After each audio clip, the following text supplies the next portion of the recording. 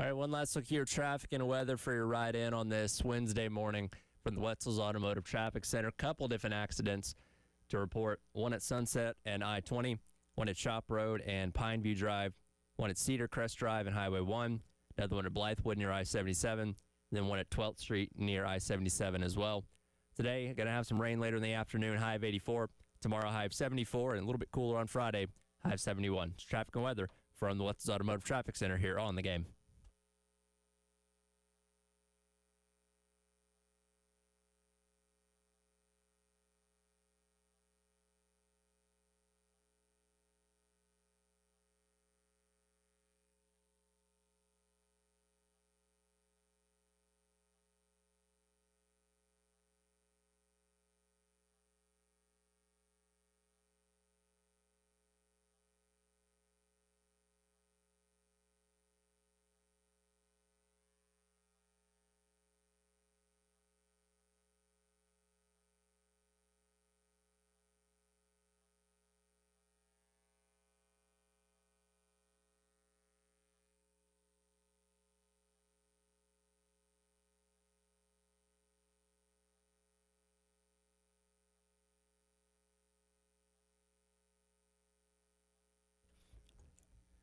Nine o'clock on your Wednesday morning. Welcome in. It is the Extra Point. Tyler Head and Jack Veltri along with you here, getting you through the middle of your week. How we doing today, man? Man, it's good to be back in studio. I know I haven't been in person the last few days. Been on vacation. Did not feel great. I actually got sick on vacation, which was... That's the worst. Isn't that awful? It was so strange because I think it was on... I want to say it was Friday. I started feeling like, all right, my throat's kind of bugging me a little bit, but I think it was something like, maybe it was, I don't remember yelling or anything, but maybe it was like, talking too much or something. And then, the next day, I wake up and my nose is stuffy, and I'm like, man, here we go. Not going to be good. And, it only got worse. And then, I just felt like, let's do radio virtually, and then we'll hopefully, I've been taking medication and stuff, so we're feeling good today, ready to roll. But man, I'm feeling even better after last night. As I told you, the doctor, Mr. Aaron Judge, cures everything. I was gonna say the cure-all is not some over-the-counter medication. Sometimes it's your sports team helping you feel better. And I won't lie to you, when they were down 6-1, I was like, man, looking like a sweep. Looked like Toronto's going to come in here and just run them out of town. And, momentum is such a funny thing. It is. Right? So when Addison Barger drops the would-be pop fly that allows, because they had one out at that point in time, that allows the runner on, and then somebody got walked, and then Judge comes up and hits the tying 3-run homer. Yes. All of the momentum was on the Yankee side. It was pretty much all downhill from there. I'm seeing the highlight right now on SportsCenter. To be fair, I don't think Barger should have had to go get that ball. Because, again, they have the shift on. He's at third base. That, I think, is the left fielder's ball all day. Yeah, he went really far out there. That's typically where the left fielder should be calling you off. But, first off, the pitch that Aaron Judge hit for a 3-run homer. Oh, by the way, just so you didn't know, in case you missed it last night, living under a rock, Yankees won 9-6 last night to stay alive. But that pitch he hit. I think right before he had just swung and missed it like 100-mile-per-hour fastball right over the middle of the plate. But only Aaron Judge can hit that pitch. That was insane. I thought it was going foul. I think everyone and their mother thought it was going foul. Sure. And then you see it hit off the pole, and it's one of those times where I felt the same way after the Bills beat the Ravens after that walk-off field. I think I was coming in saying that I apologize to my neighbors for being loud. Sure. I think last night was just a bit louder. Yeah, he said the ghost of Yankee Stadium helped him out with that a little bit. Because, again, it's funny because he's standing there watching it, right? And the crowd, they have the initial pop when it comes off the bat, but everybody's just kind of waiting to see if it's going to be fair or foul. And then you have the second explosion when it's finally, fair, and he's able to round the bases there. But yeah, those are, and no matter who you're rooting for, and again, I don't have a dog in the fight in the playoffs this year. Those are just fun moments to watch, right? Because that's what makes October baseball so fun, is those clutch situations where fantastic players like Aaron Judge come up big and help their team win. And he's been getting so much heat for the longest time now for his postseason performances. And look, it didn't matter what he did in certain moments or anything. If he wasn't hitting homers or being the leader out there offensively, then, I mean, look, he was still getting scrutinized when he was hitting 400 in the series because he struck out on an awful pitch with the bases loaded and nobody out in game one.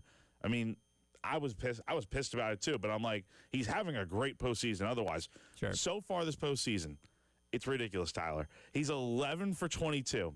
1 homer, 6 RBIs, hitting 500 with a ridiculous 1.304 OPS. I mean, the things that he's doing, it doesn't make up for all of his postseason struggles. Again, he's a lifetime 231 hitter in the postseason. But what he's doing right now, it makes me feel confident enough to where I think the Yankees are going to win tonight. Mm-hmm. And you go back to Toronto, I know they're going to have to face Trey Savage. That's going to happen. It's either going to be him or Kevin Gausman in Game 5. Probably both. But I feel good enough to where as long as Judge is hitting the ball the way he has, I think it just makes everyone on this team better. And they could potentially go out here and do the impossible, go into the belly of the beast, and win a Game 5. But you got to win tonight to get there, though. Blue Jays and Yankees tonight at 7:08 on FS1. The Mariners picked up the victory last night to take a 2-1 series lead over the over the Tigers. In that series, that'll start things off today at 3:08. Cal Raleigh hitting his 61st home run of the year, right to the guy. Yeah, I was about to say, with the shirt on. And they got it up. What are the odds, right? Like I wish, and I know the guy from Sports Science recently passed away. I wish Sports Science was still around to give us the probability of the ball going to that guy. Like it was first off, it was an opposite field home run, which is tough enough for a left-handed hitter. Hits it into the I think it was whoever's bullpen. I think the Tigers and Mariners kind of share the same bullpen area.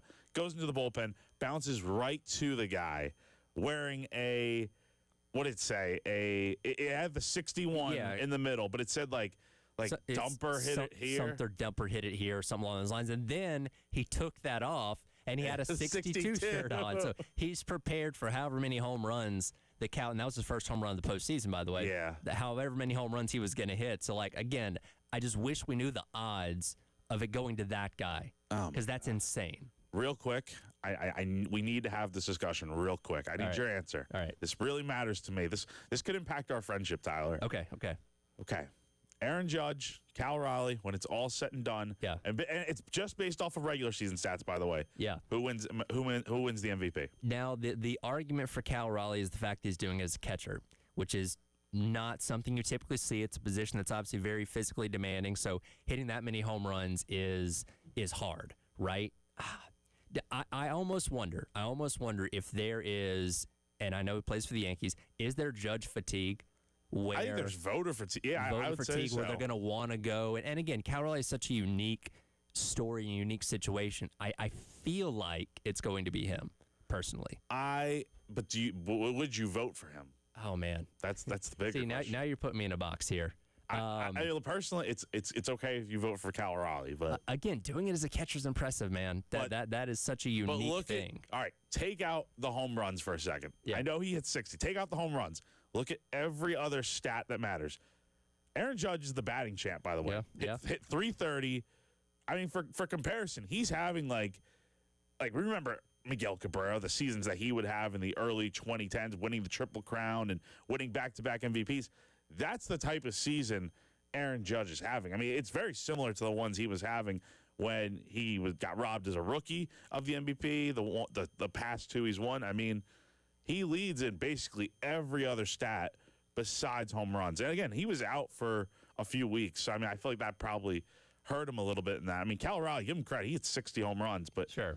I mean, it's not like he broke the American League record or anything. Yeah, it's an interesting debate. I'm intrigued to see which way they go. Again, I think because of the unique situation and, again, maybe some Judge fatigue, they'll probably end up going with Cal Raleigh, which I looked it up, by the way. He is 102nd in average, so yes, very low there. He's hitting like what, 240? He hit 247 on the season. Yeah. Obviously leads in home runs, third in RBIs, fifth in OPS, so he's up there in the metrics. But yeah, you're right. I mean, Aaron Judge is the batting champ and did miss some time there that could have, who knows how many home runs he could have hit for those games that he wasn't there for. But yeah, this is an interesting debate, that's for sure. Yeah, it's going to be something where I think they're going to go Raleigh. And look, if I had to vote, I would go Judge. I mean, bias or no bias, the guy just had a ridiculous year. But Cal Raleigh's a great player too, and the things he's doing. But I do want to see Yankees Mariners in the playoffs. And I know the vote has already been decided, but that would be how the vote should really come down to, is who wins the ALCS between those two if they get there. But again, both those series at 2-1 with Seattle over the Tigers currently right now. Jay's still up 1 game on the Yankees. With Game 3 of the NLDS as Brewers up 2-0 on the Cubs, as well as the Dodgers up 2-0 on the Phillies. So a full day of baseball starting day at 3 o'clock over on FS1. We got a lot of things to get to from a South Carolina football standpoint as we're getting you set for the Gamecocks and the Tigers of LSU coming up this weekend. Some off-the-field news happening yesterday, which we'll get to in just a moment. But first, it is time for our Sandstorm Pick-Me-Up.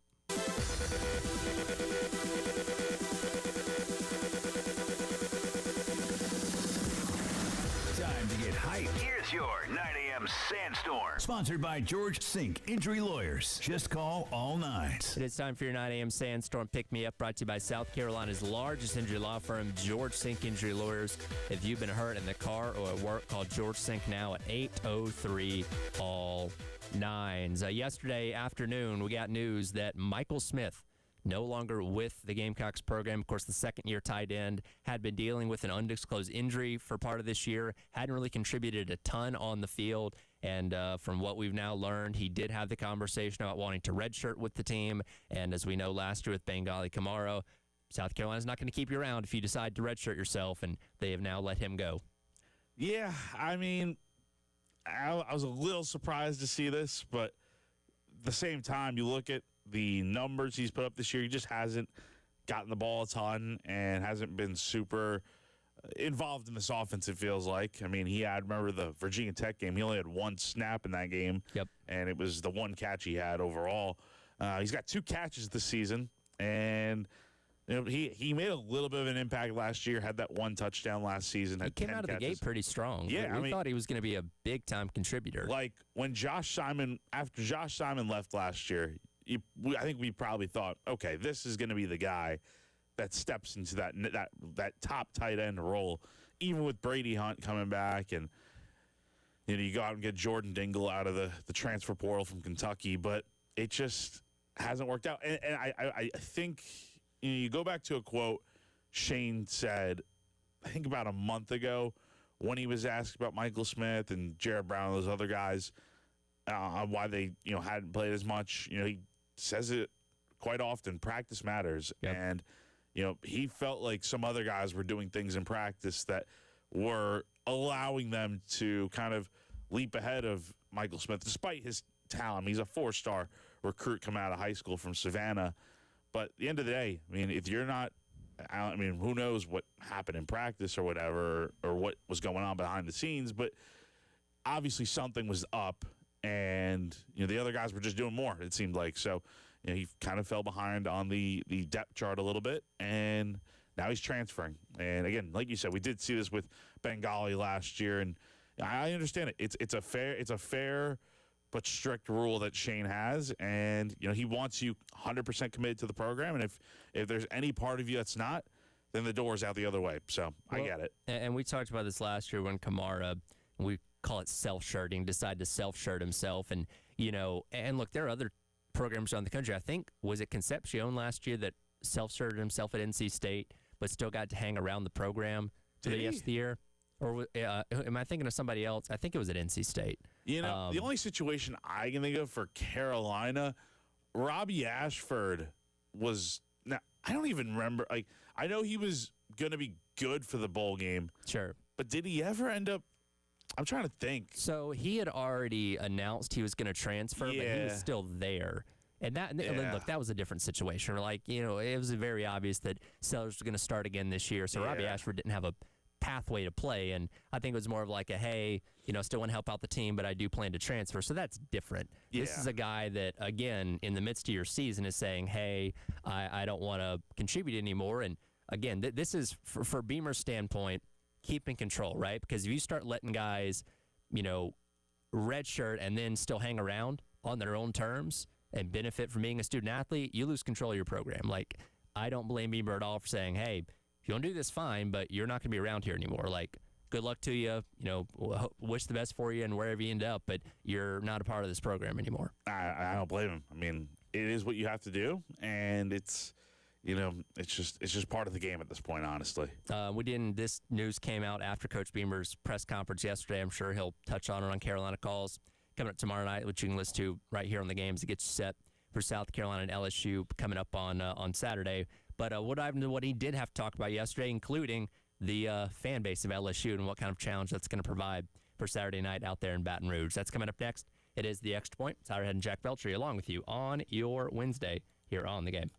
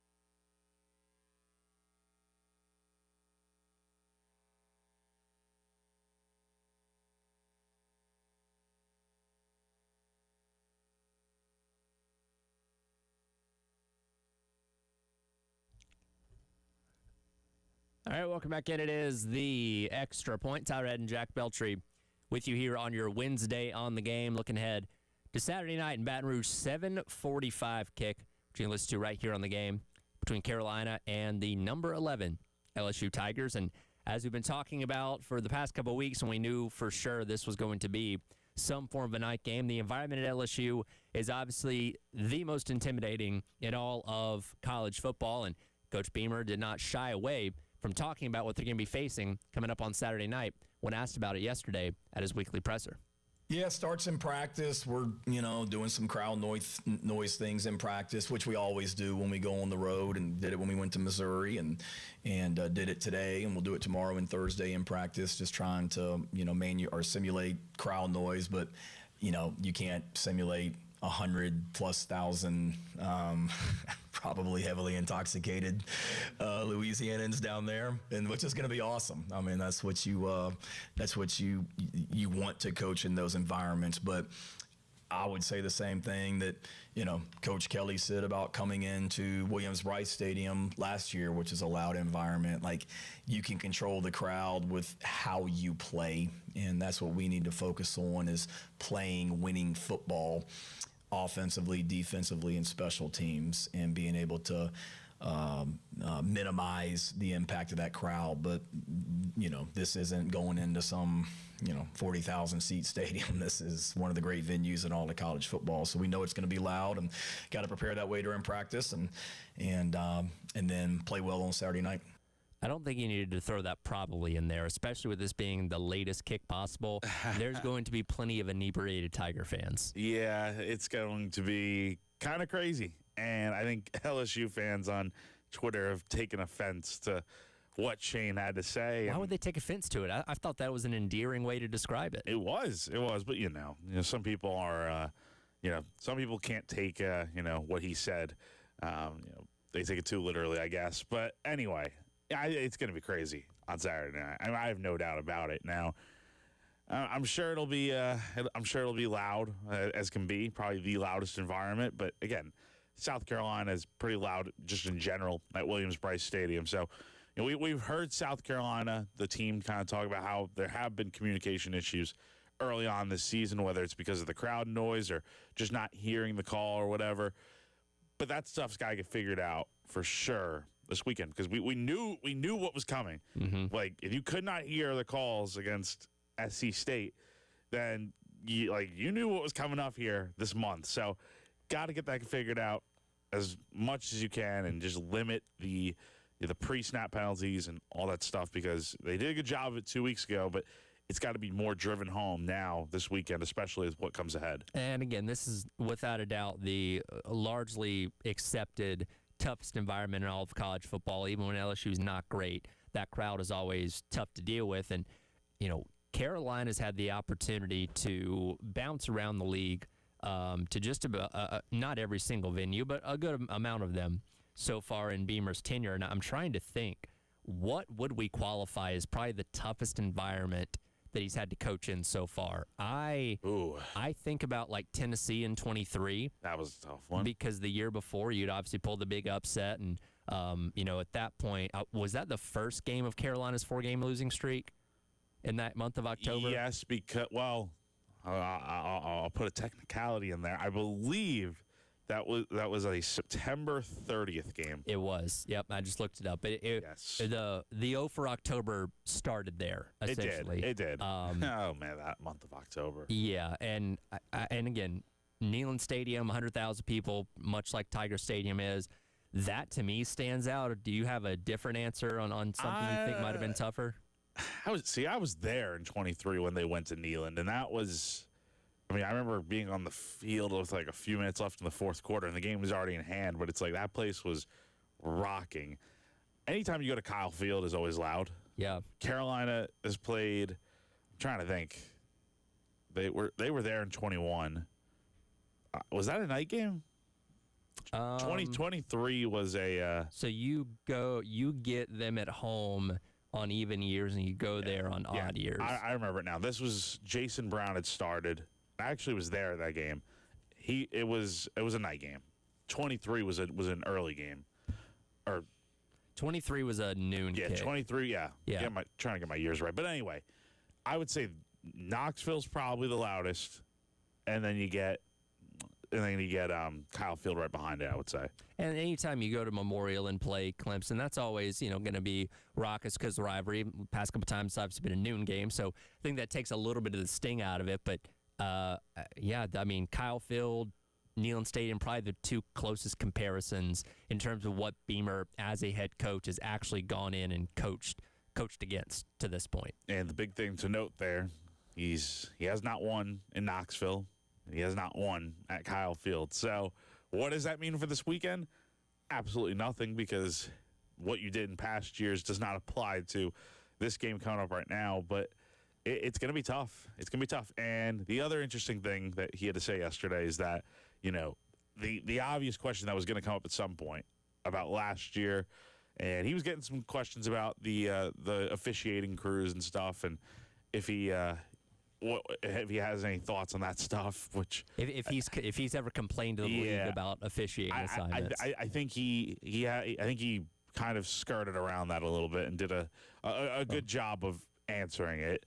But yeah, I mean, with just the game last year in general, has that been a talking point for the team this week? And he just simply said no. I mean, what happened last year does not really apply to this year, just because there's so many new guys on the team. But obviously the one thing that they're trying to do better from that game, if you take anything away from that game, is the fact they had so many penalties in that game, and ones that some of them were kind of out of their control a little bit. They were legit wins. There were ones that they had were pre-snap penalties and false starts and offsides that they got to clean up a lot, and they've done a good job of it lately. But really, like I said, you have to drive it home for this game just to make sure you're not backing yourself up at any point. Yeah, which I feel like, last year's game was almost kind of an unspoken type of thing where, like, everybody's aware of what happened. And I'm sure, the guys that were here on the team a year ago are getting the new guys up to speed if they're not aware, to where you don't have to make it bulletin board material. It just kind of is this accepted, known thing within the locker room, given how, last year's game went. I will say, and again, LSU has their own offensive struggles. I see a pathway where Carolina can take the crowd out of this early. And it should be worth noting here that LSU's defense has not surrendered a first quarter touchdown so far this year. They've only surrendered 9 total points in the first quarter this year. But Mike Shula is really good at crafting those opening scripted drives. If Carolina can drive down the field, get an early touchdown, force LSU to punt pretty quickly, go down there, maybe score at least another field goal, go up by 10 or something along those lines, I think with how frustrated the fan base has been with this offense, you can get them to turn on their own team early. It's easier said than done, but there is a pathway. I was scouring through the Bengal Tigers forums yesterday. A lot of posts about the offense. Dream offensive coordinators. What's wrong with Nussmeier? Kelly's not doing this. Kelly's not doing that. They are very frustrated with the way their offense is operating right now. And if they come out of the gate slow and Carolina comes out fast, you can take the crowd out of this. You can. You have to. That is the way you have success in this football game, is you take them, you give them a big gut punch early on, and you don't let them creep back into the game. Like, again, the crowd is going to be rocking Saturday night at the start, but it can get a lot less, intense as the game wears on if South Carolina is able to go out here and play well.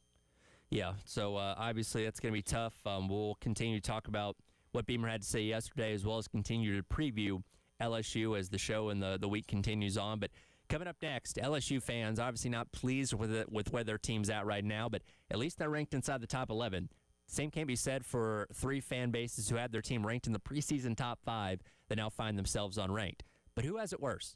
Texas fans, Penn State fans, or Clemson fans? We'll discuss that coming up next as the Extra Point rolls along. Tyler Head and Jack Beltry with you here on your Wednesday on the Game.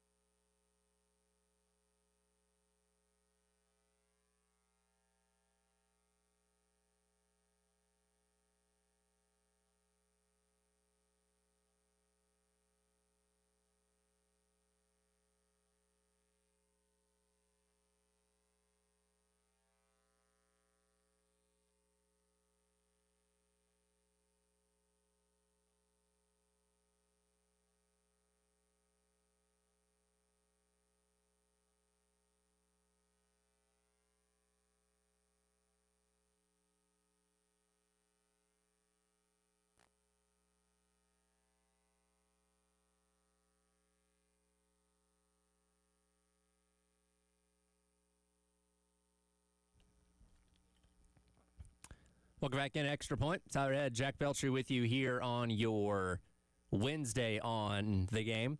Coming up in about 10 minutes, your next chance to win $1,000 with our national cash contest. Be listening out for that keyword and be ready to text it to 95819 for your chance to win the $1,000. It's been an interesting first month of the season, and typically, you know, we always talk about, there's always going to be one team that starts the year in the top 10 that finds themselves unranked. You know, not really surprising. Florida State was that team a year ago. I don't think we could have foreseen 3 of the top 5 in the preseason AP poll all be unranked by the time we hit mid-October, but that's where we are with Texas, Penn State, and Clemson. It's crazy to think about, but I think this just goes to show that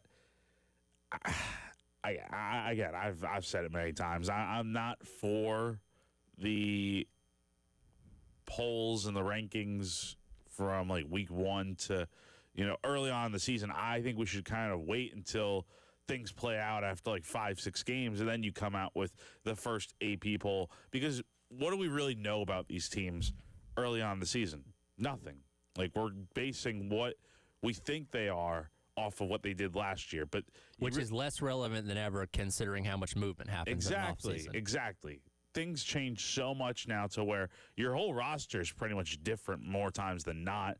And sure, you get some key pieces back, but nobody has a clue what these teams are going to look like year after year. So that's kind of where I think there's fault in the AP poll and these other rankings that come out early on in the season. And you know, they're important because they do kind of have some sort of influence one way or another on the eventual college football playoff rankings, which are the only ones that really matter.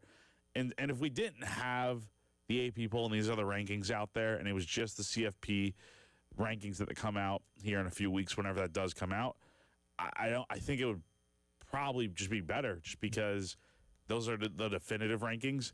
And they come out when things have kind of played out already, and you see, okay, here's what these teams look like. We wouldn't have this nonsense of these top teams that were ranked at the beginning of the year falling out of the top 25 like they have. And I'm glad the voters of the AP poll this year have not been shy about making pretty rapid fluctuations up and down for teams, because, again, Penn State and Texas were in the top 10 on Saturday going into their respective games and lost. And I feel like in years past, you know, they were looked at and said, well, you know, Texas was 9, Penn State, I think, was number 7. Yeah, they lost. They haven't won a Power 4 game, but we can't just drop them completely. We'll put them at like 20 and 21. But this year they've been aggressive enough to say, no, they don't deserve to be ranked, so they're not going to be ranked. So I do appreciate them for that. And again, Clemson had already been out of the rankings by the time they beat North Carolina, a hapless North Carolina team, this past Saturday. So all 3 of these teams, again, AP top 5 before the season started, aspirations of national championships. Again, Texas, you had the Arch Manning hype.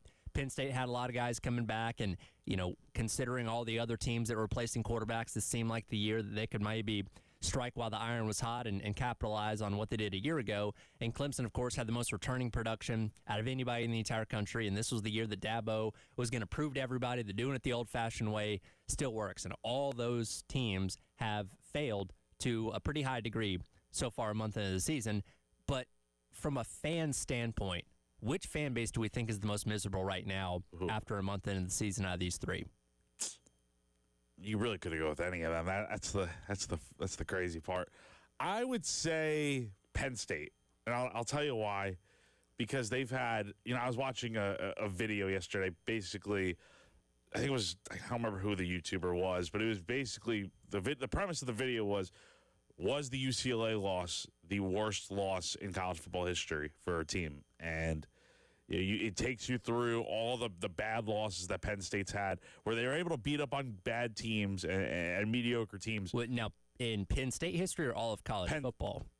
Like, in terms of the loss? Because you said, was this the worst loss in college football history? Yes, I think that's what the title of the video said. It was either that or Penn State history. I think it was college football history. Okay. But, which I think there have been worse losses in college football history. But as far as Penn State goes, it's pretty bad because, look, they've beaten up on a lot of mediocre and bad teams. But anytime a big-time team, top 10 team comes in, as we all know, they can't win. Aside from 2016 against Ohio State, I mean, When can we say Penn State has won a big, significant game? And they just haven't. And I think that's kind of been the issue for James Franklin throughout his entire tenure, is that it's not even just who has it bad this season. Penn State's had it kind of bad because they just never show up in these big-time games. Yeah, and there is something to that where, again, this fan base has been consistently ridiculed because their coach can't win the big-time games, and there's no shame in losing to Oregon like they did a couple weeks ago. They didn't play as competitive as they wanted to for the first 3 quarters, but all their goals were still ahead of them, and definitely they have the worst loss of the entire season so far. So that very much could qualify for them for being the most miserable fan base out of these 3.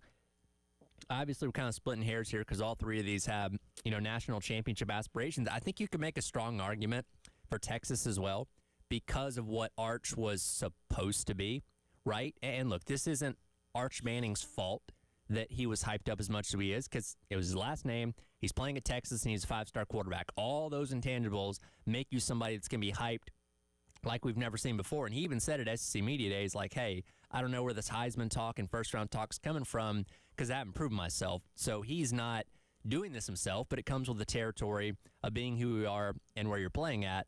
And considering what they had coming back, the expectations were, hey, we came close last year, came up short once again in the semifinals. This is the year where you finally break through. And now you're looking at maybe, I don't know, being 7-5 if things continue, 6-6 the way that the things are, like a drastic shift where the expectations were. And you were number 1. You were the preseason number 1 for the first time in program history. That means you were expected to win the national championship, and you'd be lucky to sniff the playoff at this point, or even be in consideration for it, considering how badly you've started the season. Realistic question here, just off the top of my head. Do we think Texas wins a national championship under Steve Sarkisian? Oh, man.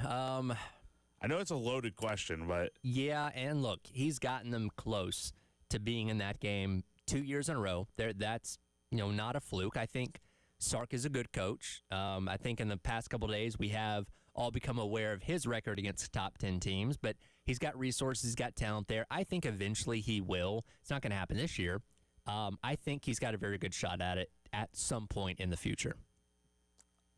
I just wonder if they're going to get with Arch, though. I don't. Probably not this year. He's got to improve a lot. He's got to improve a lot. I think he's going to be back next year. But, again, you're paying him so much money to be there, and it's just, for whatever reason, it's just not working out as you would expect. But, again, the expectations were so high for him, higher than any quarterback out there. And, of course he's not going to live up to that type of ceiling, but he's fallen well below it, I would say. I think Clemson might win in terms of top misery out of these 3 fan bases because you at least have with Texas and Penn State coaches that have adapted to the way that college football is now, right? Like Penn State's portal shop, just like Texas, they have a lot of resources. They've gone out there and tried to build their roster the way everybody else is doing it in college football. And I get it. Dabo Swinney did finally dip his toes in the portal this past offseason, but you have a fan base in Clemson that's already struggling this year, and you have a coach that's still being resistant to what the problems are, right? He's pushing back. He's talking about, you don't appreciate me for everything I've done, and, blah, blah, blah, go coach somewhere else. Like, neither Sark nor James Franklin are pushing back in the way that Dabo Swinney has through the early struggles this year. So maybe that makes Clemson the fan base that's suffering the most right now. They are suffering a lot, but at the end of the day, here's what they have over these other teams. They have national championships in recent memory. I mean, they've got 2 in the last decade. And, again, Clemson has had a lot of success. And yeah, this is not a good start to the year, but I think Clemson's going to eventually figure it out here. And, I know they beat North Carolina pretty badly, and North Carolina is nothing that great, but, they got a pretty easy schedule coming up. So I could totally see a way in which they get to 8, maybe 9 wins the rest of the way. I think they could still have a solid season, but from the sample size so far, it's been a colossal disappointment. And again, you have a coach that has been hard-headed and pushes back on the fan base's legitimate concerns about where things are at, with the program as of right now. So we'll see. But a month into the season, none of those fan bases are pleased with what the results on the field have been so far. You mentioned North Carolina. Oh, there's more news coming out, as there is seemingly every single day, about what's happening up in Chapel Hill. We'll hit that coming up next. To wrap up the hour, it is the Extra Point. Tyler Head and Jack Belcher along with you here on your Wednesday on the Game.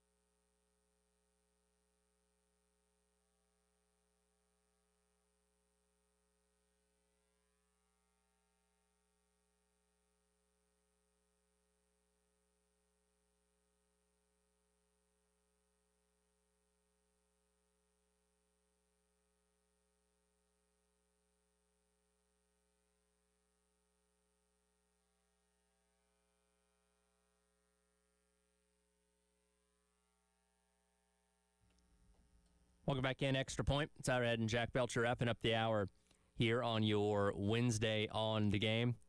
I love a good documentary. Love a good sports documentary. I don't know if I was going to watch the North Carolina Hulu documentary that was going to detail Bill Belichick's first season, as the head coach there in Chapel Hill, but it's been canceled to the shock of, I think, no one. Man, what could have been? It would have been at the very least, it would have been a very highly entertaining documentary. I got to say that from the standpoint of just like, look how much dysfunction there probably is at UNC right now. Well, but we're not going to see that. Well, here's the thing. As we know from Bill Belichick's 24-year-old girlfriend, she's very good at controlling the narrative, right? She is. I feel like if they went through with this, as bad as this season looks like it's going to be, I feel like they would have found a way to craft this to make it not look as bad as it was. Almost to the point where, like, they're not even focusing on the games themselves. It's about, like, Bill Belichick just being a coach in college where, like, the games are an afterthought. Like, I feel like they could have come up with some way to gloss over all the negatives to make this look as good as possible. But, I mean, can it look good? I mean, I don't know. With the way they're performing on the field, I mean, what are you going to show? The first drive of the season against TCU and then the in-state win over rival Charlotte on the road and then the win over Richmond. I mean, that's as far as I think the positives go with the season. You can, and I saw Michael Lombardi, who's their GM that Bill Belichick brought with him from the NFL, that he's now, I guess, with like when he's sending out messages and letters to boosters and stuff, he's now positioning them as a rebuilding program.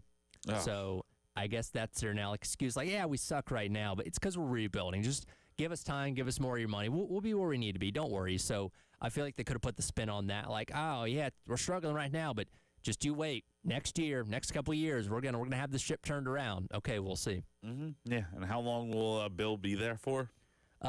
If I had to place a bet right now, I would think he's not there next year. With how bad this is going, and I believe, isn't there something in his buyout where if he left for the NFL, he only had to pay like $1 million or something like that? Here's the thing, Tyler. Nobody in the NFL is going to hire him. That's the thing. Who's hiring this guy? I mean, I feel like somebody could hire him as like an analyst or something, right? Like, why would he take that though? I mean, to be back in the NFL, I guess. Yeah. I don't know. I don't know how it would work. And again, it'd take a lot of money to buy him out. But so, like, if I'm North Carolina, I don't see this getting any better. The buyout, if he was bought out before June 1st this year, the buyout would have been $10 million. After June 1st, it drops to $1 million. So, that's nothing. Look, that's easy. UNC has got a get out of jail free card right now for whenever they want to pull it. If I'm UNC, I would go ahead and just pull the plug on this thing after the season. It has been far more of a head case than anything. And I don't even know if it's so much of a head case from Bill necessarily, but you have all the external factors that are kind of hindering this thing with Jordan Hudson. That situation has been a mess. I mean, and again, who knows what's really going on internally? And I'm sure things are just not good over at North Carolina right now in general with the football program. But if your only wins this season are against Charlotte and Richmond, and you don't win another game this year, just move on. Move on.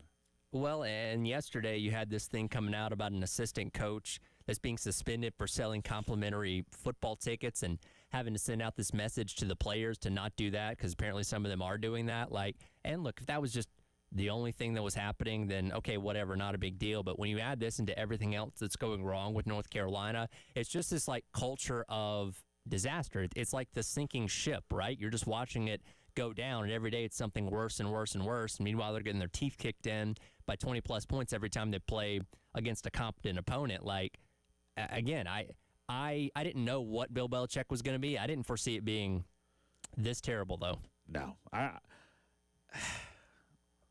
didn't. I would say I wouldn't have seen it coming like this either. But there's still time of the year, but I don't think it's going to get better. I don't. Like, I know they play in an ACC schedule, but it's just not going well at all right now by any means. No, not at all. And again, it's getting to the point where it's not even entertaining anymore.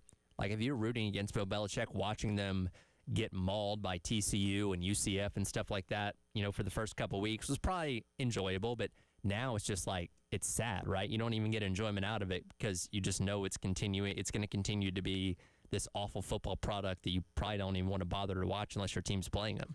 I saw a funny comment yesterday. I think it was like a Duke fan commenting on the news that came out about this whole documentary being canceled. I think the Duke fan was saying, have Hulu send over all the footage that's already been shot to Duke and let them play it for the recruits anytime they come in and be like, this is the reason you should not go to UNC. Oh, man. Yeah, that would they have to have something already. So release the tapes. Release the tapes. Yes, please. Well, we've already taken North Carolina out of our mix for the college ball playoff. Who else is eliminated from contention according to us? We'll hit that coming up next. It is the Extra Point. Tyler and Jack Belcher here in the game.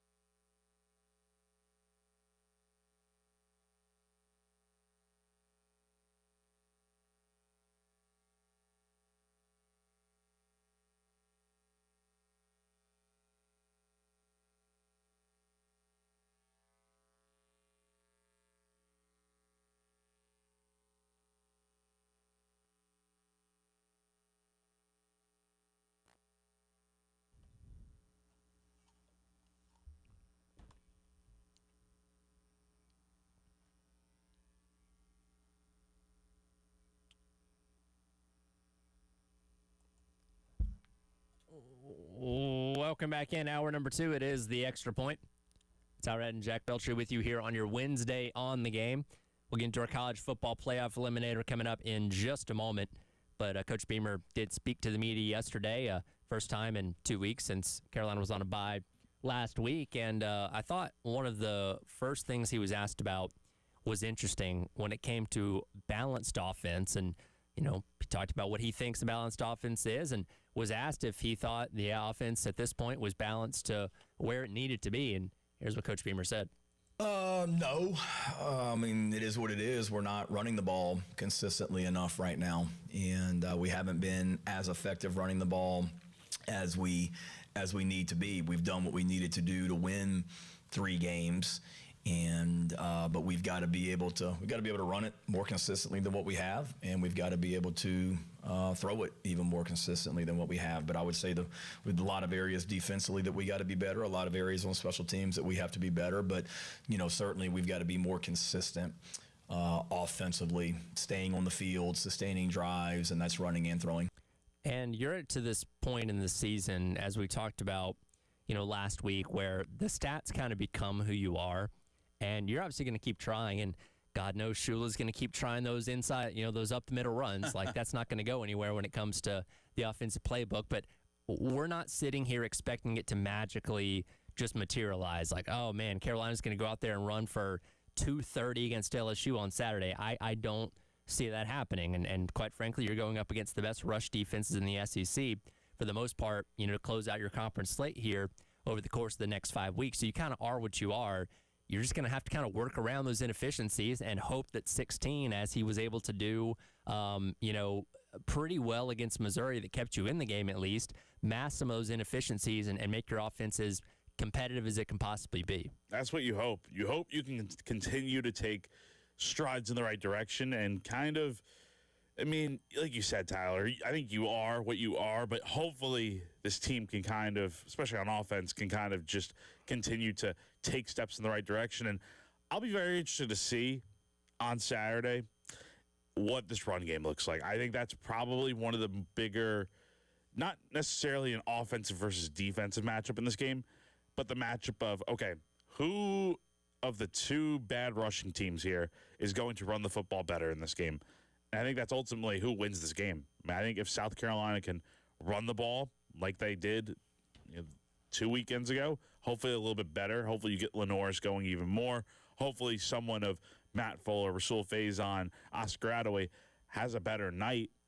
I think you could be looking at a game where does South Carolina kind of break through offensively? I think that's kind of what's missing and what's kind of holding them back. Yeah, and I'm be interested to see when it does come to running the football, who they decide to go with. We have Matthew Fuller get a bulk of the carries against Kentucky now that most of those came in that final drive where they were just kind of salting the game away. But there does seem to be a belief in Matthew Fuller and his abilities that maybe, and nobody's set themselves apart as RB1, but would you be shocked if he went out there and got the majority of the carries again on Saturday night? I think he should. I think he's earned the right to do so. Tell me what Rasul Faison and Oscar Attaway have done so far this year to earn more carries. I mean, not a lot. Exactly. Like, you rolled with Matt Fuller for 17 carries in the fourth quarter of that game.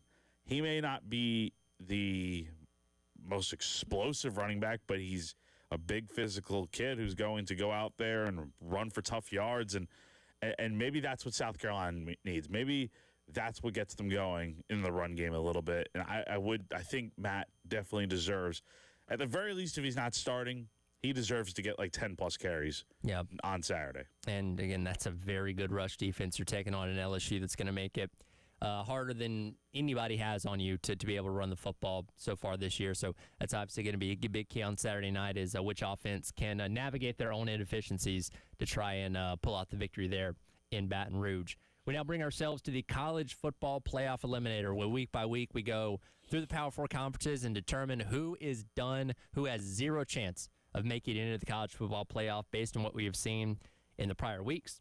So far in the SEC, which is where we'll start, we have Kentucky, Florida, Carolina, Arkansas, and Auburn. So we have 5 teams that we believe are already eliminated from playoff competition. Worth noting that, let's see, is it 9 1, 2, 3, 4, 5. Yeah, 9 of the 16 teams in the SEC are ranked in the AP top 25 as of right now. Easily all 9 of those teams still very much in contention. Do we add Texas to the list?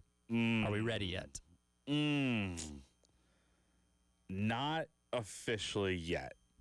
I'll tell you why. Number one, they have 2 losses, but one of them obviously came out of conference, so they have 1 loss in the SEC. That's why I don't officially eliminate them yet, just because they have the one. Now, you could say, Jack, well, that's kind of hypocritical since Arkansas's out, but they have 1 conference loss as well. True. However, the thing that Arkansas has that eliminates them is they already have 3 losses, so they're done in my eyes. For Texas, though, 3-2, I still think they can be better, but, man, they haven't played great so far.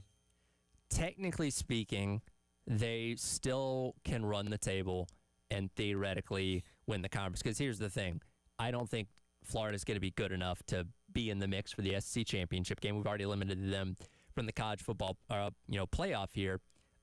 So I think Texas will end up winning the tiebreaker over Florida because I think Florida's going to end up with more conference losses than Texas does at the end of the day. And like the Ohio State loss is interesting because they're the number 1 team. You only lost by 7. So like that loss is almost a mulligan, right? Like it really doesn't hurt you because you played the number 1 team who's still the number 1 team, may still be the number 1 team when the regular season is over with. So really it's just the Florida loss that's dragging you down. Now, I don't have the belief that Texas is going to suddenly be able to flip the switch and turn into a 10-win team overnight. They got a lot of work to do. But technically speaking, they're not dead yet, I guess. That's the best way to put it, Tyler, is that they're not technically out of the race yet, but they're kind of hanging on by a thread, honestly. Like, one more loss coming up here, and I mean, that'd be 2 in the. I mean, they could lose this weekend to Oklahoma, and that would pretty much take the wind out of their sails. By the way, I'll spoil my pick. I'm picking Oklahoma for that one. No surprise there, even though Texas is favored, which is kind of weird. How is Texas? I saw that when I was putting the staff picks together for this week. How is Texas favored in that game? I guess because the Mateer thing and the uncertainty there. But Michael Hawkins, I mean. Look, even with Michael Hawkins, I think Oklahoma is still very capable of winning this game. That defense, man. That defense will eat Arch up this weekend. Do you really think they could sack him 15 times? I think they could. With what we've seen out of them so far this year, and he has the same problem as Jackson Arnold when it comes to holding on to the ball too long. I think they're going to eat him alive. I think it's going to be ugly. It's going to be scary. It really is. Any other SEC teams? I think that's. I mean, Mississippi State is now 0-2 in conference, and they're a lot better than they were a year ago. They're so much better. So much better. Their pathway got a whole lot harder now because you do have to be perfect down the stretch to have a shot here. I don't know if they're that good yet. Again, credit to them for the upset win of Arizona State, and darn near should have beaten Tennessee, but didn't. And then you kind of got steamrolled by A&M this past weekend. Yeah, so I would say they're pretty much. Yeah, I think we can add them to the list here. Let's look over to the Big Ten. Do we have to say it? Are we just going to mutually agree that we have a team that we're going to add to this list now? Well, I think UCLA's back. No, I'm not joking. I'm joking. Yeah, I think we do have a new contender to add to this list. The Penn State Nittany Lions, baby. Wow. Did not think we were going to be saying that. No. 2 weeks ago when they play Oregon, they obviously lose that game. But to lose to UCLA, you shouldn't even be allowed in the college football playoff at this point. Well, and it's not just the fact that is quite literally the worst loss that maybe we're going to see in the entire season in college football this year, but you're now 0-2 in conference play. So you've already dug yourself into the hole, and in the Big Ten, you still got to play Ohio State and Indiana, by the way. In the Big Ten, I don't see any 2-loss team making their conference championship. I think it's an undefeated team or a 1-loss team or maybe 2 1-loss teams playing in Indianapolis coming up in December, and Penn State doesn't have a shot at doing that. And that loss to UCLA drags you down so far. Even if you did theoretically in the season 10-2, which would include wins over Ohio State and Indiana, that loss is so bad. If you're not an automatic qualifier for the Big Ten championship game, that might keep you out. It's a bad one. I would also add Michigan State to this list. They looked good early on in the year, but they beat a bad Boston College team, and they've lost 2 straight to open Big Ten play. I would also say they're done. All right. And by the way, the list in the Big Ten is the longest so far as we add those in. A lot of teams still kind of in that mix of like, well, they're not dead yet. I don't think they're going to get there, but like Iowa and Minnesota, like they still have opportunities considering what their conference record is as of right now. Let's move over to the ACC. We've already added in Stanford, Virginia Tech, Boston College, Clemson, and North Carolina. Anybody else we think we should add to the list? I'm going to go out on a limb here. I'm saying Florida State. Really? Okay. Having 2 conference losses. Yeah, 2 conference losses, man. That's going to be – I know it's but here's the thing. I think Miami is going to make the ACC championship. Keep in mind, they have the head-to-head over Florida State. And Virginia. Virginia is 5-1 this season, 3-0 in conference play. Also, Duke is 3-0 in conference play. Yep. I mean, and Virginia has the head-to-head over Florida State. So that's 2 teams that Florida State's got to somehow leapfrog. And with 2 losses in conference play, I just don't see it happening. Yeah, and I'm looking at the rest of their schedule. You know, they got Clemson, they got Florida, but they have no other ranked teams. They're sitting at 25 right now in the AP poll. I don't know if they have, because theoretically they could end up 10-2. That's possible. I don't know if they have enough quality left on their schedule that could vault them into being an at-large at this point. And you're right. Miami looks like they're unstoppable. You could theoretically have a Virginia or a Duke that could get there. Georgia Tech as well. Like, there's so many teams that have a better conference record than you. I don't see you overcoming that. What about Wake, Syracuse, and NC State? What about, or I think, do we already have NC State in here? No, we don't. No, we don't. But those 3 teams. Yeah, and they all got 2 conference losses. Yeah, I think we got to eliminate them fair. as well. I think that's fair. Last one here, we'll go into the Big 12. And let's see, we've already added in K-State, Oklahoma State, Colorado, and West Virginia. Are we ready to add anybody else? Let's see. Probably UCF. Where are they at on here? Yeah. I add UCF to this list. Besides that, still a very competitive. I think Texas Tech is going to win it because they look like the best team. But Baylor and Kansas both have 2 losses, but they're still alive. 2-1 conference play. Yeah, because they have non-conference losses. Yeah, not ready to eliminate them yet. Yeah, and again, that could be a 1-bid league, so the pathway is winning the conference championship, and still a lot of teams live in that one. So there's your look at the college football playoff eliminators. This is the most teams we've added in 1 week so far. This is fun. It's really starting to heat up. It is. So looking forward to seeing who we eliminate next week. We'll take a look at the NFL coming up next. Some fines being handed out, as well as our NFL top by bottom 5 as the Extra Point rolls along. Tyler Head and Jack Feltry with you on your Wednesday on the game.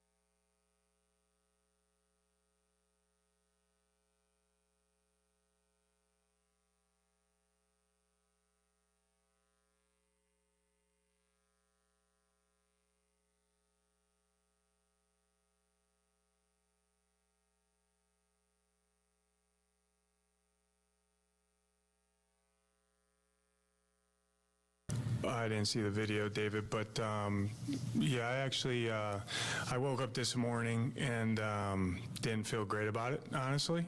And so in the team meeting, I addressed it. I apologized to Omari, apologized to the team, and I just told him I kind of let the moment of what happened get the better of me there. Obviously, like I try to be emotionally stable and calm because my job is to solve problems when during a game and kind of lead the charge on that. So it's not really who I am, who I want to be, and I told the guys that today. Welcome back in. It is the Extra Point. Tyler Ed and Jack Belcher with you here on your Wednesday on the Game. That was the voice of Arizona Cardinals head coach Jonathan Gannon expressing remorse for the situation that happened on Sunday when he confronted Amari Mercado, who fumbled the ball before he got in the end zone in a game, in a score that would have put the game out of reach, where they would go on to lose to the Titans on Sunday. Jonathan Gannon confronts him on the sidelines, yells at him, and then kind of like hits him in the shoulder pad, kind of like in the chest area. It was caught on camera. Obviously, it's made its rounds, and now the Cardinals will fine him $100,000 for that situation on Sunday. I don't know how to feel about it. It's like, I get it. I get why the Cardinals fined him, but at the end of the day, I mean, I don't mind the fact that, again, he's wearing pads, so it's not like he, punched him in the face or something and, physically hurt him or anything. But I don't know. I mean, it's just why does that play even happen? Is my question. Like, why can't you just run with the ball through the end zone? I've never understood it. It happens way too often where guys just drop the ball for whatever reason before they cross the goal line, get into the end zone. And that's a game the Cardinals lost. I mean, they get that score there. I mean, who knows how the game goes at that point because they were in the driver's seat when they should have scored that touchdown there. So I don't know how to really feel about it. It's a weird situation out there in Arizona. I see both sides of it. I don't condone him necessarily like putting his hands on a player, but I understand the frustration in the moment, I would say. Yeah, and it's really about the fact that he, hit him, right? And understandably, you're mad in that moment because, and especially off the heels of A.D. Mitchell doing it for the Colts a couple weeks ago that cost them the game as well. Like, I like to think that every single coach in the NFL put that on tape and said, hey, do not be the guy that does this and hurts our team. And Amari Mercado did that and obviously ended up costing the Cardinals the game. And that's where the frustration for Gannon came in. And look, we've all been yelled and screamed at by coaches. It's part of sports, and the higher up in the levels you go, the more nasty and mean coaches become because there's more on the line, more at stake, and all those kind of things. And look, we may have all gotten smacked by a coach at some point in our careers as well. But, in 2025, with the evidence that exists out there with social media, these kind of things making the rounds, putting your hands on a player is a bad look. And I do understand it from that standpoint of, hey, we're fining you for a physical confrontation with a player on the sideline. And that's kind of where this stems from. And again, it's in a public setting, too, where it's like everybody can see it. Everybody can see it. So I think the Cardinals had to do something about it here. Like I said, I get both sides of it. I understand the frustration of Gannon in that moment. Again, ultimately, I think the players should just be cut. I mean, if you're good, I don't care who it is. Again, the fact that stuff just continues to happen is utterly ridiculous. And until something is actually done about it, like a move like cutting a player for pulling a stunt like that, it's going to continue to happen. I mean, I'm sure this will not be the last time we hear guys talk. We talk about it just because it's not even like I would say it's the cool thing to do. It's not. Like what is cool about dropping the football as you get into the end zone? So you can start your celebration early. Yeah, I know. People are because that's what happens. These guys are celebrating. They're so worried about these celebrations that they do that again it affects the team. And now that the Cardinals lost a game that realistically they should not have lost. So there's your fine for Jonathan Gannon. The Cardinals do not appear in my top 5 or my bottom 5. But we'll get into our top 5 now with teams at the very top of the league. We no longer have any undefeateds, as both the Bills and the Eagles went down on Sunday. I still got the Bills as my number 1, though. I do think they need to get better at putting lesser teams away. The notion of playing with your food, I think, is a very real thing with the Bills this year, where I feel like they can, and they had turnovers and stuff like that, which obviously hurt them, but I feel like they're a better team than the way they've played some of these teams they've beaten this year close. So the Bills are your number 1. Bills are my number 1. Okay. Wow. You don't have them as your number 1? No. Really? I dropped them. Okay. I saw the way they played on, and they're still a very good football team, but there are teams that I think are just playing better right now. Okay. Number 1 for me, I'm going with the Detroit Lions. All right. I feel very good about the way they've played ever since the opening season loss to the Packers. I think they've shown us that it didn't matter that they lost to Aaron Glenn and Ben Johnson. Dan Campbell's still at the top, doing a great job, and they're getting the most out of those players out there in Detroit. They got a good system there.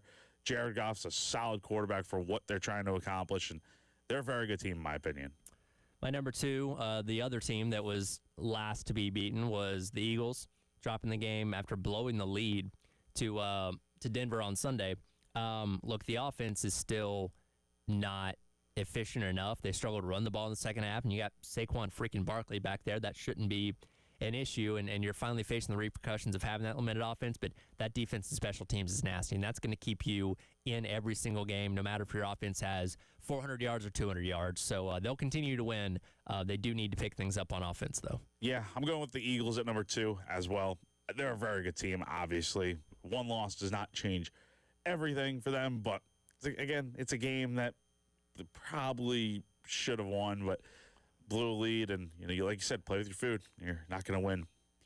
Number 3 for me, I still can't believe we're talking about this team like this. The Indianapolis Colts.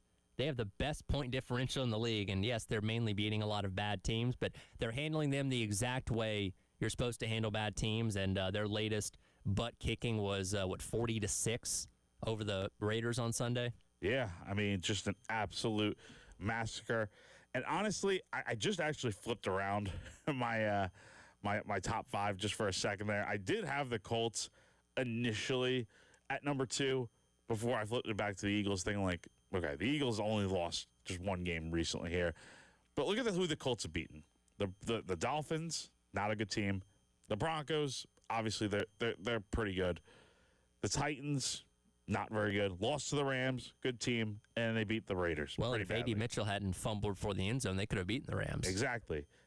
And, mind you, the Broncos probably should have beaten the Colts if it weren't for the penalty that allowed the Colts to re-kick and eventually win the game. So, look at the record. They're 4-1, but they're very close to kind of being in a much different spot and not in the top 5 here. But I will go with the Colts at number 3. I do feel like they have proven a lot of people wrong so far. Daniel Jones, for whatever reason, is just having a career season so far. This whole team is having that type of year, and things are going very well out there in Indy. I got Lions at number 4. Obviously, on a 4-game winning streak right now after losing that opening game to the Packers. Here's the thing, though, is like when we looked at this schedule, if you would have told me before the season they beat the Ravens and they beat the Bengals, I'm like, wow, those are 2 quality wins. Now we're learning they're not, right? The Bengals are having to trade for Joe Flacco because Jake Browning can't get it done at quarterback. The Ravens are hapless. They had Lamar Jackson then, but that defense is atrocious. So I'm still waiting on, and they beat the Bears as well, and Bears are okay, but the Lions haven't had that like signature huge win as of yet. They play the Chiefs this upcoming weekend, so they have an opportunity to do that certainly, but they've beaten a lot of teams that have turned out to not be really good so far.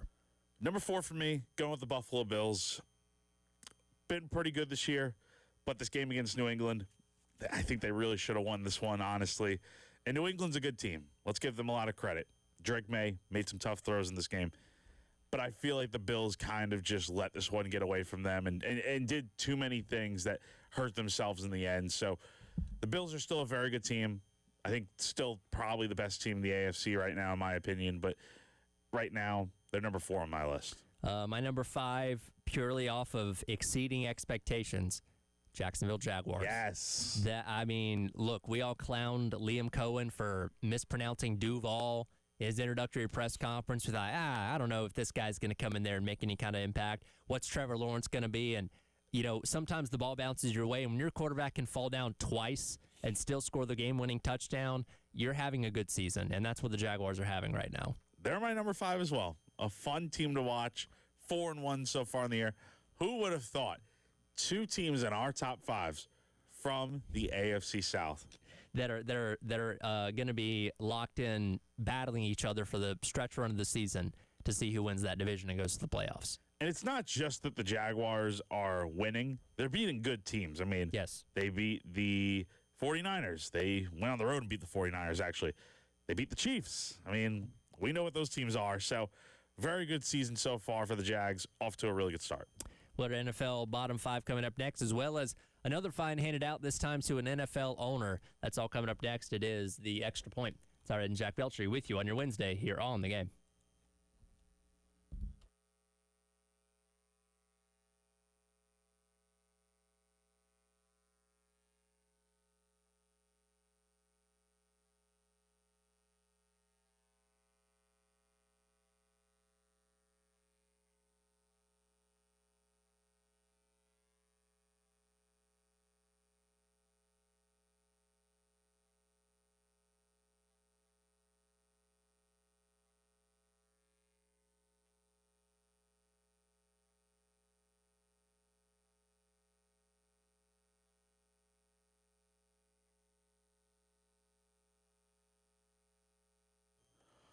When it comes to HVAC replacements, AAA Heating and Air has your back. They offer guaranteed financing, 12 months with no payments or interest, and a 15-year warranty on parts and labor. If you need a new system, they're the best in the Midlands to go to. But here's the real question. What if you don't need a replacement? What if you simply just need a repair? I've got some good news for you. AAA Heating and Air has you covered there as well. They offer up to 12-month payment plans on repairs with no credit check for homeowners who just need repairs. All you need is just to have a valid bank account, and they'll handle the rest. So whether you need a replacement or a repair, AAA Heating and Air has unbeatable options for you. Give them a call today, 803-677-1500. Again, 803-677-1500. Tell them you heard about them on 107.5 The Game.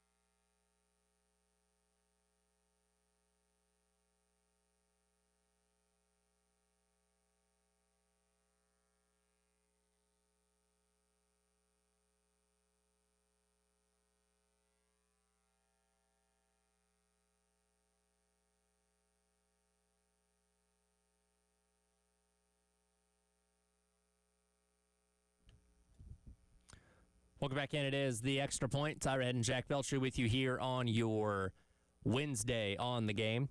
Reminder, the Lower Lisa Special Teams Touchdown Contest rolls on to the LSU game this upcoming weekend. If the Gamecocks can get a special team score, you could win the $400 in the pot. Go online to 1075thegame.com if you have not already and register for the Lower Lisa Special Teams Touchdown Contest. Who Sprung Leak now brought to you by our friends over at American Leak Detection. We'll go to the Dallas Cowboys. No, not the team on the field. They picked up a 37-22 win over the New York Jets on Sunday. It was instead their owner, Jerry Jones, who was caught on camera flipping off fans. I don't know if this is after the game, during the game, or whatever. And his excuse was, well, I was trying to give him a thumbs up, and I just put out the wrong finger. No, Jerry, that's not how that works. There's only one Jerry Jones, and boy, he is he's a national treasure. He is just the gift that keeps on giving. There's a lot of words to describe Jerry Jones. Yeah, there's man. a lot. And for that gesture, which he said was inadvertent, he was fined $250,000. Now, fining Jonathan Gannon $100,000, pretty significant. I mean, look, he's a multimillionaire as an NFL head coach, but $100,000 is nothing to, overlook. Would if you went into Jerry Jones's bank vault, because I'm sure he's got one right now, and took out $250,000, would he even notice? It'd be like, what's the saying? You have like $20 just in the couch cushions. Like it's just nothing. It's like it's chump change for him. It's the theory you've heard about. Like if Bill Gates dropped a $100 bill on the ground, it's technically not worth his time to pick it up because he makes so much money per second. The second wasted picking up the $100 bill, he's already made more than that type thing.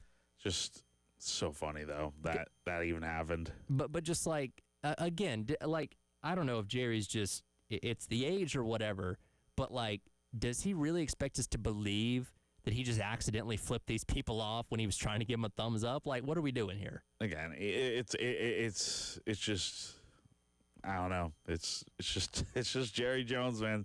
Simply at its finest. Well, the Cowboys are actually playing pretty well, so they are outside the bottom five. They are not going to be in our NFL bottom five, and they tied with the Packers last week, beat the Jets this week, and should have no problem with the Panthers this upcoming Sunday.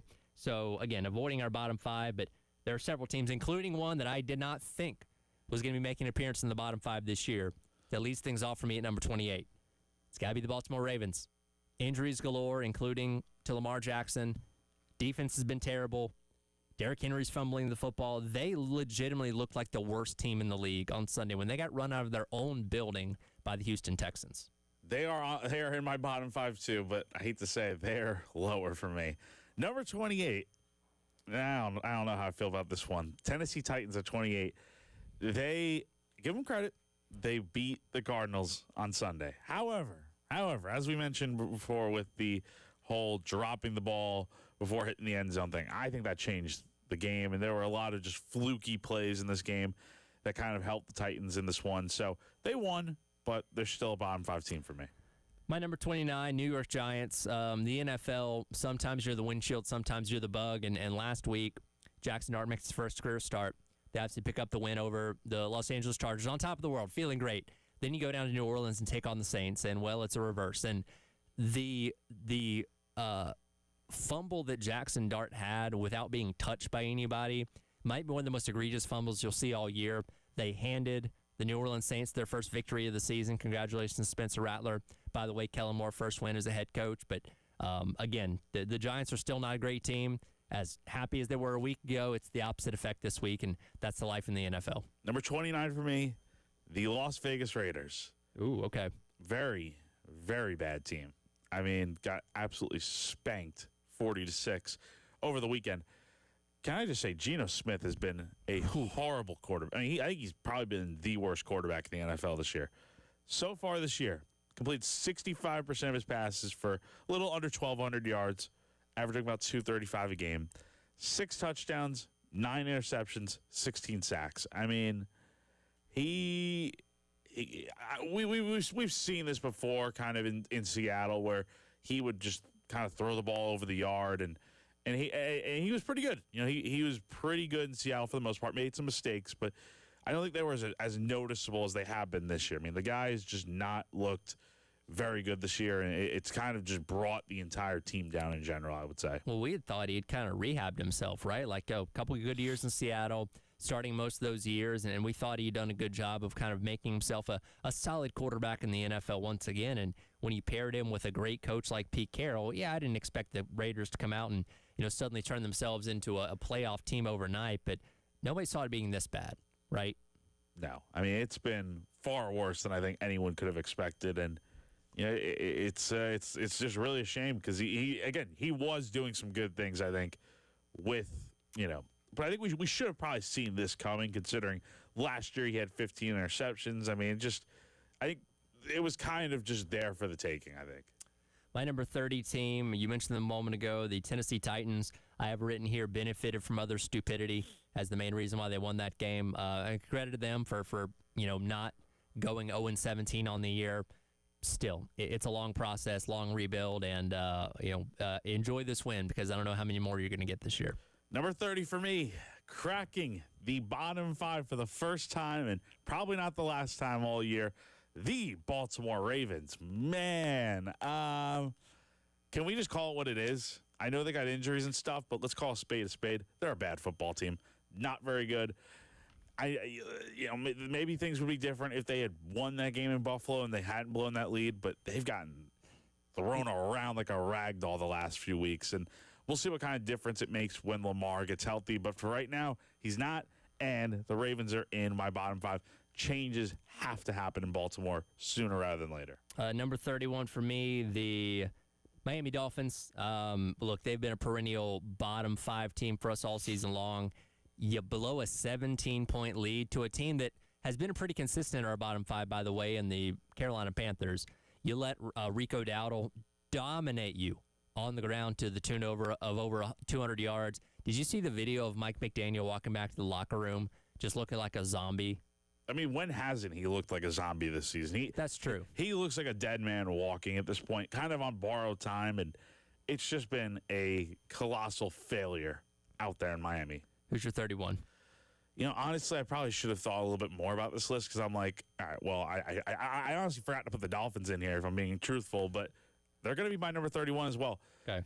They are going to replace the Giants, who I initially had at 31, but I'm going to move the Giants up a few slots. I'll give them a little bit of grace for this week, but the Dolphins have to be in this bottom 5. I mean, they have just been awful this year. And, I mean, you already said all of it, Tyler, so I won't elaborate too much further, but just not playing well at all this year. I think we're going to agree on number 32, 3-2-1, the Jets. Jets, just end the season. Wow, they are, oh my gosh. I got to be honest, Tyler, I am shocked at how bad they are. I mean, I didn't think they were going to be good this year with their first-year head coach and stuff, but, I mean, they are awful this season. It's bad, Tyler. Very bad. They have the honor of being the final team to not win a game so far this year, though. They came close against the Bucs a couple weeks ago, but, and again, they got run over by the Cowboys this past weekend. It's going to be a long year. Aaron Glenn's got his work cut out for him, and, you know, I'm glad you're not a Jets fan anymore, Jack. No, I don't care that I jumped ship on from them. I have no regrets about it. I just celebrated my 5-year anniversary of leaving the Jets a few years ago, and did you jump through a table? Not yet. You know, I got when the Bills win the Super Bowl. Ah, that's right. You're waiting for that. Yes. By the way, if that happens, we're going to do that in studio. Oh yeah. We said I'd do it last year in studio if it gets there. Again, even if I'm not here in like 4 or 5 years from now, then I will be coming back just to jump through a table. By the way, we have to figure out something to wager on for Monday because our two teams play each other on Monday Night Football. That's right. I've thought about going, but I'm like, that's a late kick. It's going to be expensive to go. NFL tickets are so expensive, but that's a whole discussion for another day. It's insane, dude. Especially at the Benz where you have PSLs and all that kind of stuff, which is ridiculous. It's crazy. But where are the Jets getting their first win? Do you have any predictions? You know what? until proven otherwise. I'm just going to assume it's not going to happen. Also, personally. 0-17. Maybe 0-17. We'll see. We'll come back. We'll wrap up the hour, talk some racing with Jen Jensen as your Wednesday rolls along. It is the Extra Point, Tyra and Jack Beltry here on The Game.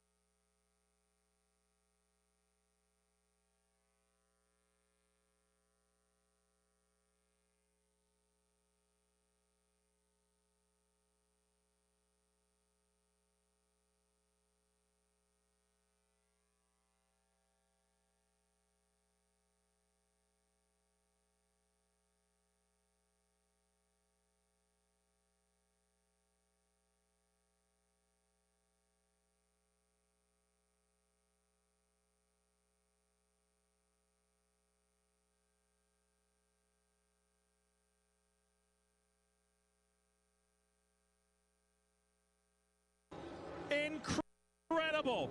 Whoa! Oh, and around goes Chastain. And Denny Hamlin, and Chastain wants to come across the line in reverse, just like AJ did. And he has.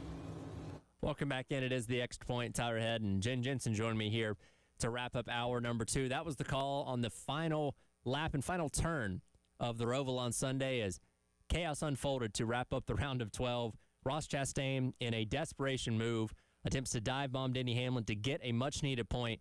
Doesn't end up working out. He does come across the line backwards, but Joey Logano survives the round of 12 once again, not on a technicality this time, as the Roval always gives you something to talk about coming away from it. He's known for the Hail Melon. Thank you. He's known for the Hail Melon. Now he's doing the Hail backwards or something like that. I mean, Ross Chastain, just what can't he do in a car? And it was a desperate move and a few conversations, I'm sure. But it was an exciting race. Yeah, I don't think we have a name for this move yet. I was trying to come up with one. And it didn't work the way he needed to. Like the Hail Melon got him into the Final Four. That's true, too. So I don't know if this one's going to have the same kind of lasting impact. But yeah, maybe you change a couple of letters. When Ross Chastain can see his goal in front of him, he's going to do whatever he needs to try and accomplish that. Obviously came up short this time, but you can't say it was for a lack of effort. No, not at all. He will give it his all. And I really thought his conversation afterwards, I mean, he was very reflective and mistakes were his and he was owning things. And you got to respect that. But he's going to put it all out there, that's for sure. Yeah, my wife's a really big Ross Chastain fan. She was listening to him say that. She's like, man, he's really hard on himself. I'm like, so he is. He's always going to be his biggest critic. And obviously won the Coke 600 this year, which is a big deal, but didn't have a ton of playoff points to fall back on. And when you end up in a situation like that, and again, they were racing for I think he was running 13th or 14th when that happened and ends up finishing, 21st, right behind Joey Logano. You got to perform better than that, especially in these rounds when you're getting deeper into the playoffs, and he just wasn't able to do it. No, and again, you need to set yourself up a little bit better earlier in the season. He had some times where he could have maybe accumulated more points, or in the playoffs, I should say. And it's just one of those things that I know that he was sweating it, and I hate it for him. And it seems like Logano has some kind of a horseshoe that he holds on to, and he makes it through all the time. And now, Denny Hamlin was not aware of the point situation that was happening because he did pass Chastain, and that is the move that put Chastain on the outside looking in. And I think everybody said, well, if Hamlin would have known, I think he much rather would have raced Chastain in the round of 8 as opposed to Hamlin, right. or excuse me, Logano, because Logano has won 2 out of the last 3 championships. And when you let him into this round, he always finds a way. He's good at Vegas. He's good at Talladega. He's good at Martinsville. He's in the worst point situation, but I have no doubt he can go out and win one of these races and once again steal the show at Phoenix in a couple weeks. Yep, and I mean, that's what he did last year. I mean, he was barely lucky to survive to get all the way to the championship 4 and then comes away with the win. So, yeah, he's not one you want to contend with. And yeah, like you said, Denny had said, if I had known, I'd let him pass me. Shane Van Gisbergen won this race. That's kind of the secondary story here as he dominates once again, and he now wins all road courses but one this year. Christopher Bell won at COTA, but he won literally all the others. We've talked about this plenty of times. This guy's on a level that we can't even fathom at road courses. And, Larson and Bell were there racing him. He ends up running away with it. What his final margin of victory was 15 seconds. Yeah. I know there's some pit strategy mixed in there with the tires and all that kind of stuff, but I don't know when this guy's going to lose another one of these races unless you just take him out early. It's his race to lose every time. It makes you wonder if they don't have some kind of a target on him for that. But, I mean, if you look at the amount of, so in his career as a Cup driver, and this is his first full-time year in the Cup Series, he has 6 road course wins. I mean, I looked something up. Jeff Gordon had 9 road course wins in his entire career. Yeah. So, I mean, the numbers and stats that he's putting up are unreal. Yeah. Larson said after the race, if this guy figures out ovals, we're all in trouble. And he's slowly figuring them out. It's a learning process, but no doubt, anytime you go to a place with left and right turns, it's SVG's show to lose every single time. Yeah, no, I mean, that's all he's done. So he knows the footwork, he knows how to finesse, and that's just his wheelhouse, literally. Now we go on to what might be the most chaotic round of the playoffs. Now, typically, in years past, you've had Talladega in the round of 12. Now you have it in the round of 8. You could quite literally get somebody in the final 4 by winning at Talladega. And I'm looking at these point margins. Again, Logano is minus 24, the worst off, but Briscoe minus 14, Elliott minus 14, Bell minus 4. Hamlin, the number 1 seed, is only 8 above the cut line. Yeah, it's tight. We got to get through Vegas this weekend, but Talladega could throw all of this upside down with one wreck. Yep. That's all that it takes. One wreck, especially before stage 1 ends, where a lot of these guys aren't getting points. I don't know what this next round's going to look like. You know what? I think I really like how NASCAR put this together, because I do think there's a lot of excitement and intrigue. So you're right. Nobody is safe.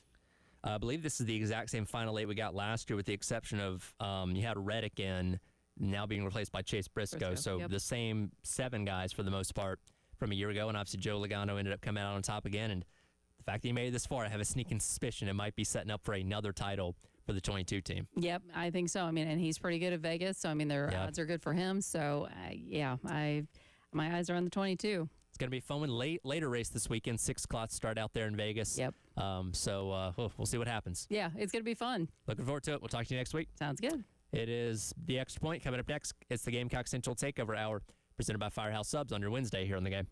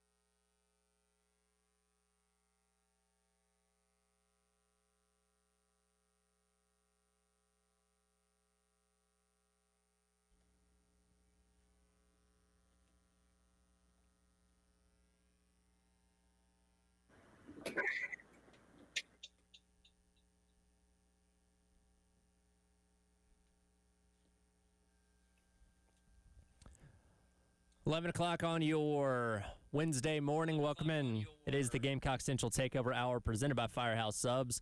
Tyler West Chris along with you here, getting you closer to the Gamecocks taking the field on Saturday to return to action after the bye week as they'll take on the LSU Tigers at 7:45, which of course you can listen to right here on 107.5 The Game. But guys, we've had a lot of things transpire on and off the field in the last 24 hours or so. And, yesterday we came in here talking about the cancellation of the Miami series for 26 and 27. And now we're learning about guys that are, well, quite frankly, no longer with the team. Yeah.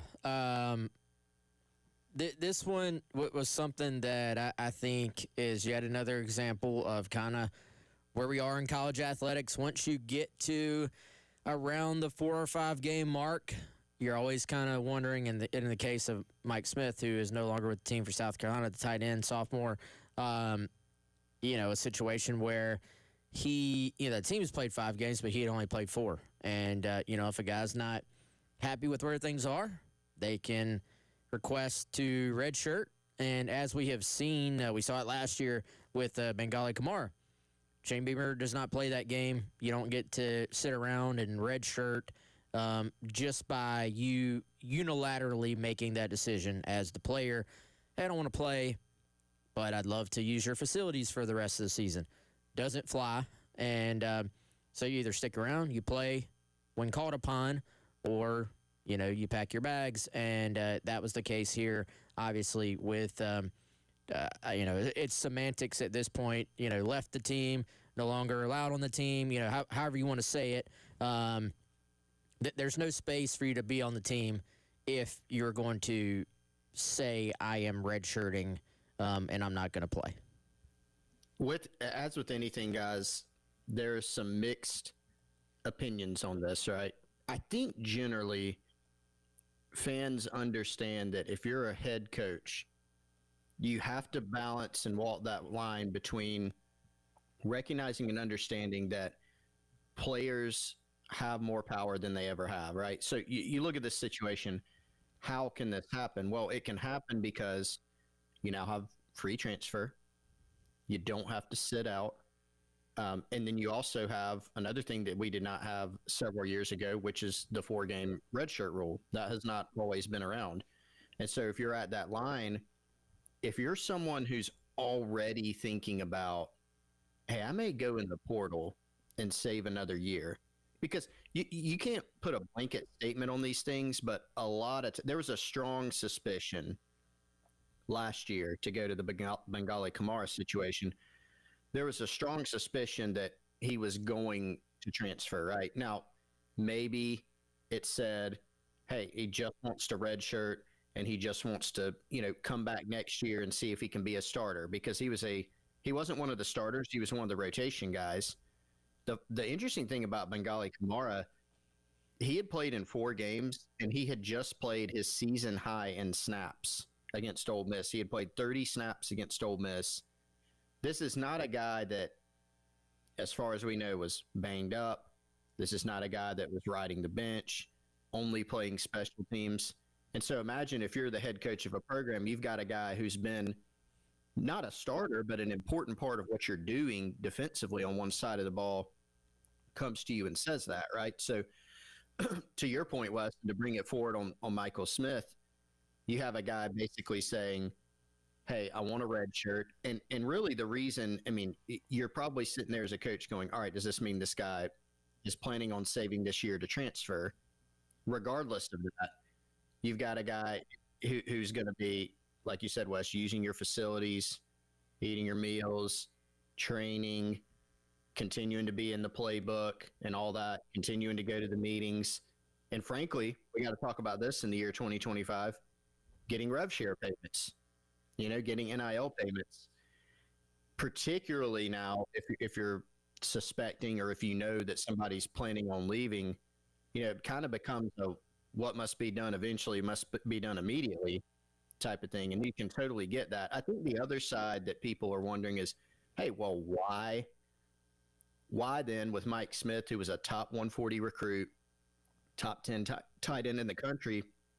Why is he not factored in more? Well, South Carolina has played 4 tight ends throughout this year. And even freshman Mike Tyler in the tight end room has gotten playing time in 4 games, mostly on special teams, played some of the SC State game. But it's not like that room is just bereft of talent and experience. They've got, Brady Hunt. They brought in Jordan Dingle in the offseason. They've got Maurice Brown II, who's done some really good things on special teams, but also played some snaps at tight end. And I go back, you pointed this out, Wes, yesterday, so you can speak to it more. After game 1, Mike Smith had 1 catch on 1 play against Virginia Tech, and he was asked about him and actually Jared Brown, who missed the game. And Beamer said some things that were basically kind of, hey, we need those guys to practice a little more consistently, paraphrasing, during the week. And so you can kind of add all that up, and you can understand why this happened really on all sides. Well, and when you look at the Michael Smith case, I think it's interesting because you guys are right. He did come in pretty highly touted out of high school, and God, we've been talking about him for a couple of years now, going all the way back to his commitment and coming in with last year's class. And he starts out the 2024 season pretty strong, 5 catches through those first couple of games, and looks like he's going to be a real serious part of this offense and kind of positioning himself to be, hey, when Josh Simon moves on, maybe this is the next guy in line that becomes your most reliable tight end. And had a few catches here and there as the season wore on, but wasn't quite the same as he was in those first 2 games. Then you're right, just it's not that he's not getting receptions, he's just not seeing the field a lot. Early on the season, had an injury that we don't know much about that made him miss the Missouri game a couple weeks ago. But when you kind of add all these things up, it does beg the question in your mind of, okay, was this just him not performing the way they needed him to, and that causes the frustration of why he's not getting on the field, and the team's like, hey, well, if you're not going to put in the work and you want to leave anyway, then go ahead and go. There's a lot of factors in here and things you kind of piece together now that we've seen it come to this point that kind of make a lot of sense for where Michael Smith has been and why he's been used in the way that he has so far this year.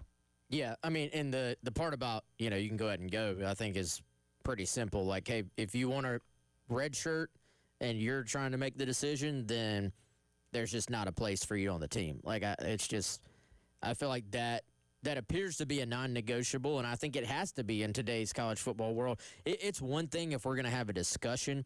It's one thing if we're going to talk, kind of talk about your future, and maybe you're banged up or something. It's another just to be like, I know I'm playing. I'm not starting, but I'm playing. I am going to make this decision. Well, cool, but there's no room for you. There's no room for that. And, I think at this point, this is just the classic case of, a super talented player. Like, there's no doubt about that at all. Like, the upside here is phenomenal. I mean, when the ball is in the air, like, and when he is on, he's one of your better, I think, guys in terms of being a weapon in the passing game, at least from the things we hear from practice. This time last year or preseason last year, we were hearing a ton about the plays Michael Smith was making in practice. And, played a lot last year, didn't always necessarily result in production on the field last year, but he was one of these guys, I think, frankly, it was not going to be a shock at all if at some point we were just having that conversation of, well, like, okay, boom, it's all come together for Mike Smith, and now he's, one of the stars on the team. Like, I think that was a very real possibility, but I also say, guys, Beamer does not say things like he said about practicing, the way they need them to. He does not say things like that lightly. Like, you're talking about one of the more positive guys you will ever hear in a press conference in terms of what he says about his team and especially individuals. So, I thought that was a pretty just, like, very honest answer he gave about him and gives a little insight. That was maybe some foreshadowing of what we're seeing here. But, I mean, I don't want to sugarcoat it either. Like, no doubt. Like, he was not making a big impact on this team. So, does it change the way things are for this team right this second? Probably not. Does it change, obviously, that potential for him to break out at some point in the second half of the year is now gone. And you're talking about a group that has older players. So, I mean, he absolutely would have been the favorite to be the starter on paper going into next year. So, it changes your calculus there. I mean, you're probably talking about having to go to the transfer portal at tight end now for next year, I think. Yeah, no, it definitely changes the future outlook of that position. And again, we've seen a similar situation last year with Bengali Kamara, who, again, approached about what we like to call self-shirting. And Beamer's like, okay, well, you don't want to contribute, you're going to leave then. And, you know, there's a lot of coaches around the country that, as this become more and more of a thing, some of them do allow players to still hang around even though they're not contributing to the team. And for Beamer, you know, I think it's very important to kind of establish that control. And again, you would think for Michael Smith, who was on the team last year and saw the Bengali Kamara situation go down, he would understand that he is risking himself being essentially shown the door by approaching Beamer about this. But that's what happened. And when you're continuing to send that message, you know, hey, if you want to do this, just understand that we're going to show you the door and you're not going to have any access to what we're doing in here, and you're on your own, and you got to wait, and we'll get into this a little bit later, on the portal to open up coming up now in January to go find your next home. So good luck to you. But now 2 instances where Beamer's been consistent with how he's handled this. And again, if this ends up cropping up again in the next year or so, then I imagine he's going to handle it the exact same way as he should.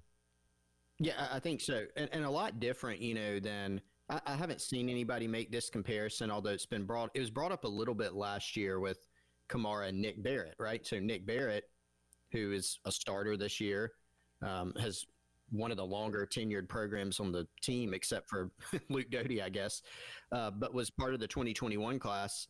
Last year, we know South Carolina had a good bit of depth at defensive tackle. Nick Barrett was a guy that was, you know, a 10, 15 snap guy.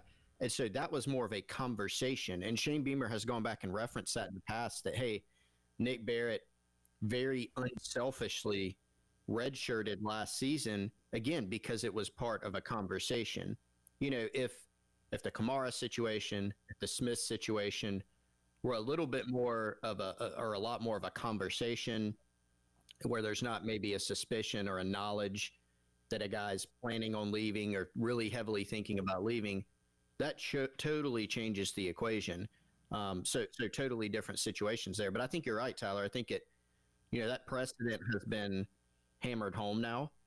You know, if you're a player and you're thinking about leaving, maybe you ask to redshirt anyway, because there are benefits to staying as a student athlete somewhere, frankly, even if you're leaving. So you kind of shoot your shot there. Maybe you're not totally decided on what you're going to do, but from Shane Beamer's standpoint, from a managing a program standpoint, you absolutely understand this. Yeah, and again, it's not something that you're really going to notice right away on the field, because again, he wasn't contributing a ton in that tight end room. But when you kind of think about the future position, that is something that's certainly going to play into a factor. As Wes mentioned, maybe you're having to go in the portal and find that body to replace him coming up this next year. So we'll see. But that was the news of the day in Gamecock football yesterday. We'll dive into what Coach Beamer had to say, talking to the media yesterday, previewing the LSU game coming up on Saturday. Up next is the Gamecock Central Takeover Hour, presented by Firehouse Subs. Rolls along on your Wednesday on the game.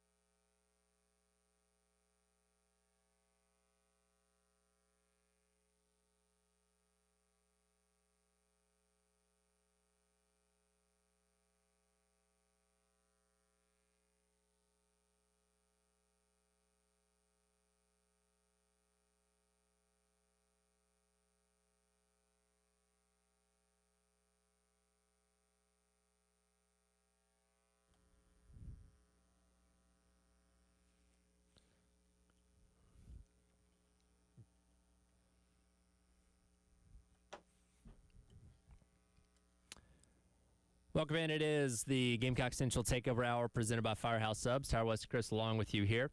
We're going to what Beamer had to say about LSU in just a second. Either one of you guys fans of Keith Urban by chance?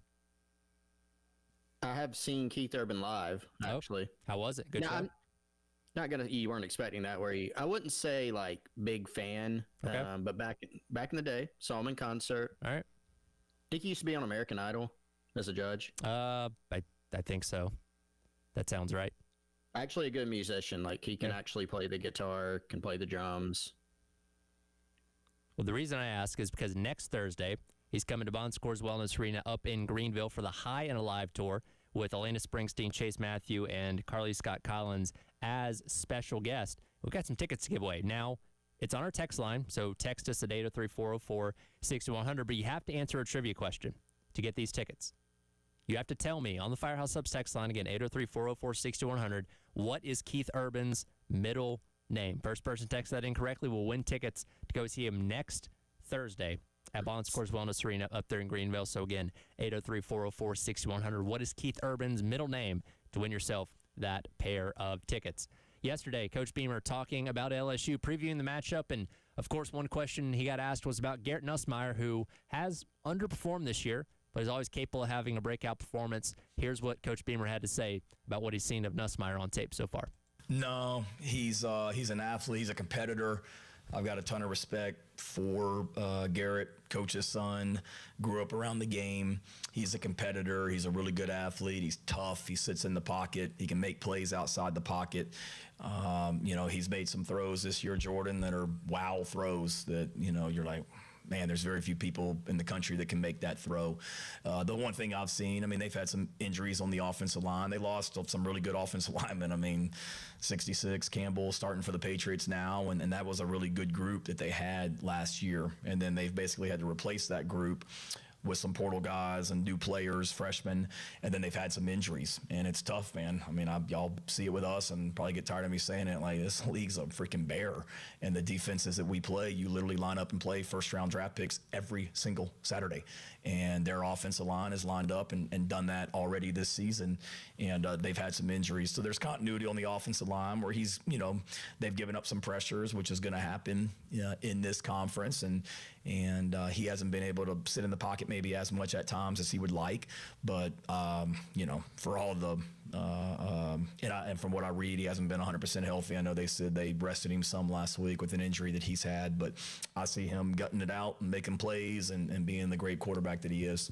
And again, we've talked about the injury that he's been dealing with. Brian Kelly's talked about it. He obviously had the bye week like Carolina did to heal up and hopefully, and we'll see if he gets back to close to 100%. But he's always capable, and he's a guy that came in, a year ago and threw for 285 yards and 2 touchdowns and should have been 2 interceptions against Carolina, but only one of them counted in a game that, LSU obviously won. He's got talent around him, and, if he is back to closer to full health, he's certainly capable of going out there and having maybe his best game of the season this upcoming weekend, so you do have to account for that.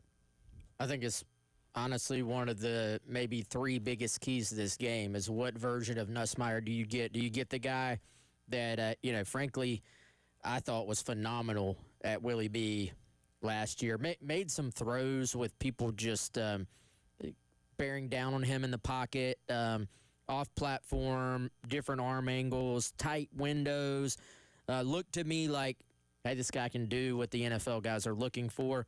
Then you watch their film from this year, and, it's just not the same. Now, some of that has been offensive line play. Some of that, I don't know, is maybe some wide receiver play in there as well. Typically, if you're not able to consistently do one area, it's multiple people's fault. But just not being able to get the ball down the field, I think, is what has hindered the LSU offense the most, because when you can't run the ball, and we'll see if they can this week, and you can't stretch the defense out vertically, you just end up playing, these games. We've all seen spread offenses where it looks the same structurally as the spread offenses that are out there having success, throwing these quick passes, outside throws, perimeter throws, and you're just going, well, why aren't they moving the football at all? And it's because there's no vertical threat at all, and you're not having success running the football. And those two things actually will go hand to hand. If you can do one, it helps you do the other. And, so I think if you're sitting there watching this game on Saturday night and you see LSU start to hit a couple of deep balls, you see them start to hit a couple of kind of deeper intermediate throws, the little alarm in your head should go off and go, man, that's a bad sign. If it's just throws to the outside, throws to perimeter, and 7-yard completions and stuff like that, and Carolina is able to play this game in a box, then if that's the case at halftime, you should be feeling, pretty well. Yeah, I think that's a great point on playing this game in the box. And if you listen to Brian Kelly's comments from earlier this week, going into the game last year specifically, let's back up. One of the things he talked about was, hey, we're going to have to do a really good job of getting the ball out quickly, getting the ball out on time, because you're going against that South Carolina defensive line that was really, really good. A lot of those guys are now playing in the NFL. You do have Dylan Stewart back.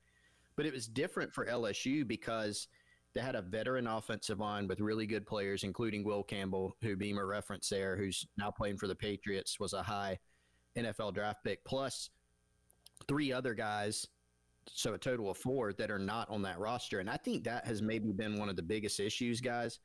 When you look at this LSU team, yeah, you have a lot of different things going on there. Nussmeier's health has been one, but I think the offensive line having personnel that they're still trying to grow into and have gel up front is a big reason for that. You would have to think that LSU's preference is to go into this thing, be able to have this be the game where they can establish the run. They have talented running backs. It's LSU. They have a really good quarterback. I think if LSU's ideal plan is run the football, get our playmakers in space, and let's actually hit some of these downfield shots that they haven't really been able to connect on consistently this year. I think if you're an LSU fan, one of the reasons for their frustration is, all right, look at our personnel, right? We have Nussmeier. If you look at, guys, I put together the star power feature, kind of where recruits ranked out of high school. I mean, they have some dudes at receiver, Xavion Thomas, Aaron Anderson. They got Barrion Brown, who is one of the more dynamic, transfer from Kentucky. He is a guy who can really hurt you downfield and in space, and it just hasn't clicked so far. But I think it's all those things working in concert. It's Nussmeier being banged up, not being quite himself. It's the offensive line. It's not running the ball. It's the receivers. Like, as you said, Wes, it's the whole picture. So if you're the Gamecocks, you got to try to find a way to turn that potential advantage and causing some issues up front. You got to make that an advantage in this game, and you can't let this be the game that the LSU gets untracked in the run game. You also got to be consistent, right? Like, even going back to that game last year, when you look up and it's 17-0 South Carolina, I said out loud during the game, LSU can't block South Carolina right now. Well, as the game went on, that flipped. Nussmeier started making some big-time throws with pressure in his face just before somebody got to him. They had success running the ball with Caden Durham. You've got to not only get out to a good start and make this into your type of game, but you have to carry that through on the road and make that consistent, which is tough. It absolutely is. And you mentioned the offensive line, not just the issues that they've had up front when it comes to their performance on the field. They're dealing with injuries, too. Their left guard has an high ankle sprain.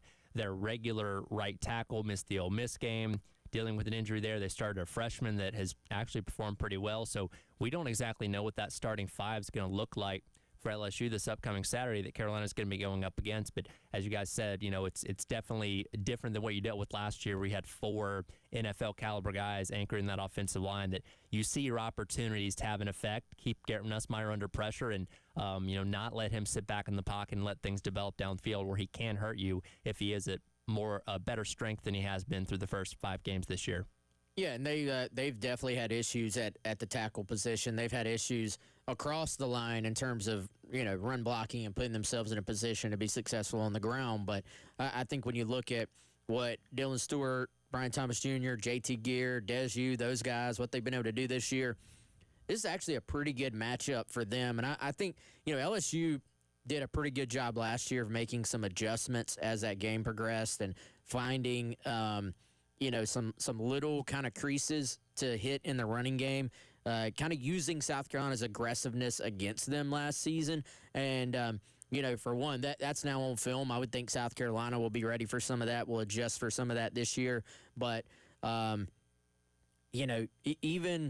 LSU and what they've done in some of these games so far, you're going, like I said earlier this week, hey, Clemson, that's a great win for them. Then you're going, well, we've figured out Clemson maybe isn't all that great.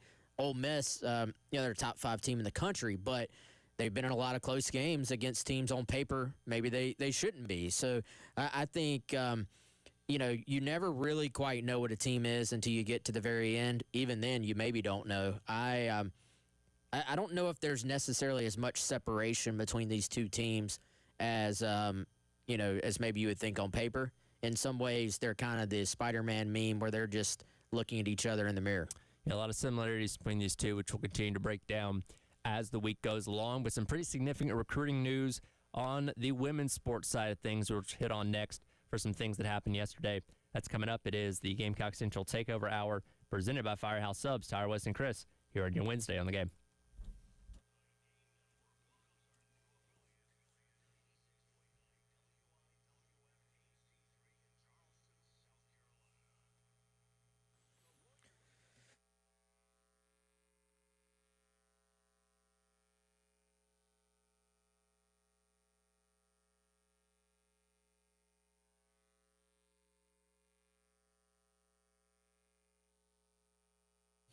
All right, folks, let me tell you about our friends over at Integrated Media. Call them today, 803-948-8327.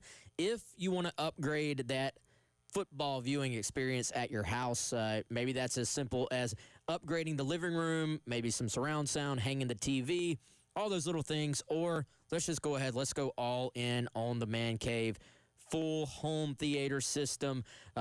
The beauty of it is if you kind of have a vision, but you just aren't quite sure how to bring it to life, they can take your thoughts and then just bring it forward for you with top-of-the-line tech. And then, of course, they're going to make it all run right there on your tablet, all integrated into one smart system. You can also include your security and cameras if you want to sort of upgrade that aspect of your home as well.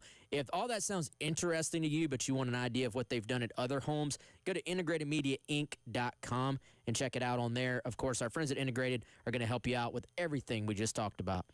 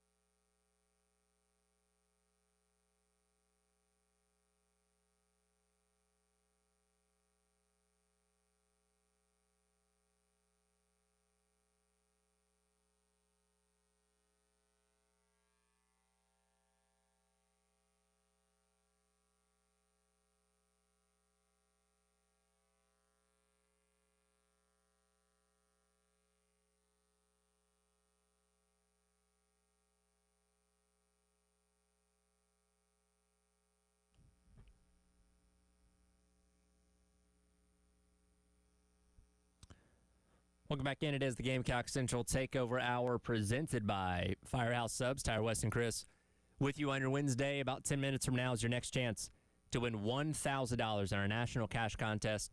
Just be listening out for the keyword and be ready to text it to 95819 for your chance to win that $1,000. Of course, we're in the midst of football season here, but some pretty significant stuff happening on the women's sports side of things yesterday when it comes to recruiting. And we'll start off with this, where Ashley Chastain Woodard, who we've had on the show many times, obviously really enjoyed watching her team go on the run they did this past year, just coming up short of making it Oklahoma City and playing for the Women's College World Series. But a lot of high expectations going to year number 2, and they went out and secured one of the, if not the best prospects in all of softball in Aspen Boulware yesterday. Yeah, huge get for South Carolina softball. We wrote about Aspen about a month ago, when she started her kind of recruiting journey in terms of taking visits. She did not waste time at all, took a bunch of trips, kind of narrowed it down, I'm sure, in her household, and then made the announcement yesterday she is a Gamecock. First and foremost, we'll talk about Aspen as a player here in a second, but Chris, what a phenomenal job by the staff. I can tell you with pretty good certainty that I don't think she was going to end up at South Carolina prior to the new staff coming in. They did a great job on the official visit and really just got everyone over there involved. Beamer was involved. Lenora Sellers involved. ADs, current and past, involved. The president of the university involved. And just really kind of took that kind of welcome home motto and really turned it into her recruiting weekend, and just wanted to let her know that, hey, you can reach all your goals here in Columbia. And I think certainly the fact that South Carolina was an out away from going to the College World Series last year kind of proved, hey, this can work here. This approach can work. And the Gamecocks benefit from getting the number 1 player in the country. Yeah, I'm going to let you, Wes, because you got a lot more insight on her as an actual softball player and the on-field impact here. But just from a recruiting standpoint, a couple things that stand out in a big way here. I mean, this is a prospect being the number 1 prospect in the country that could name her school, right? And if you need more evidence, look at the fact that Oklahoma really wanted Aspen Boulware and had some ties. You look at the USA softball tie, Patty Gatso, longtime legendary head coach at Oklahoma, heads up that program, and Aspen Boulware has a really good relationship with her. Has mentioned how Patty Gatso pushes her, and Oklahoma is, arguably the best college softball program in the country, probably is the best softball program in the country.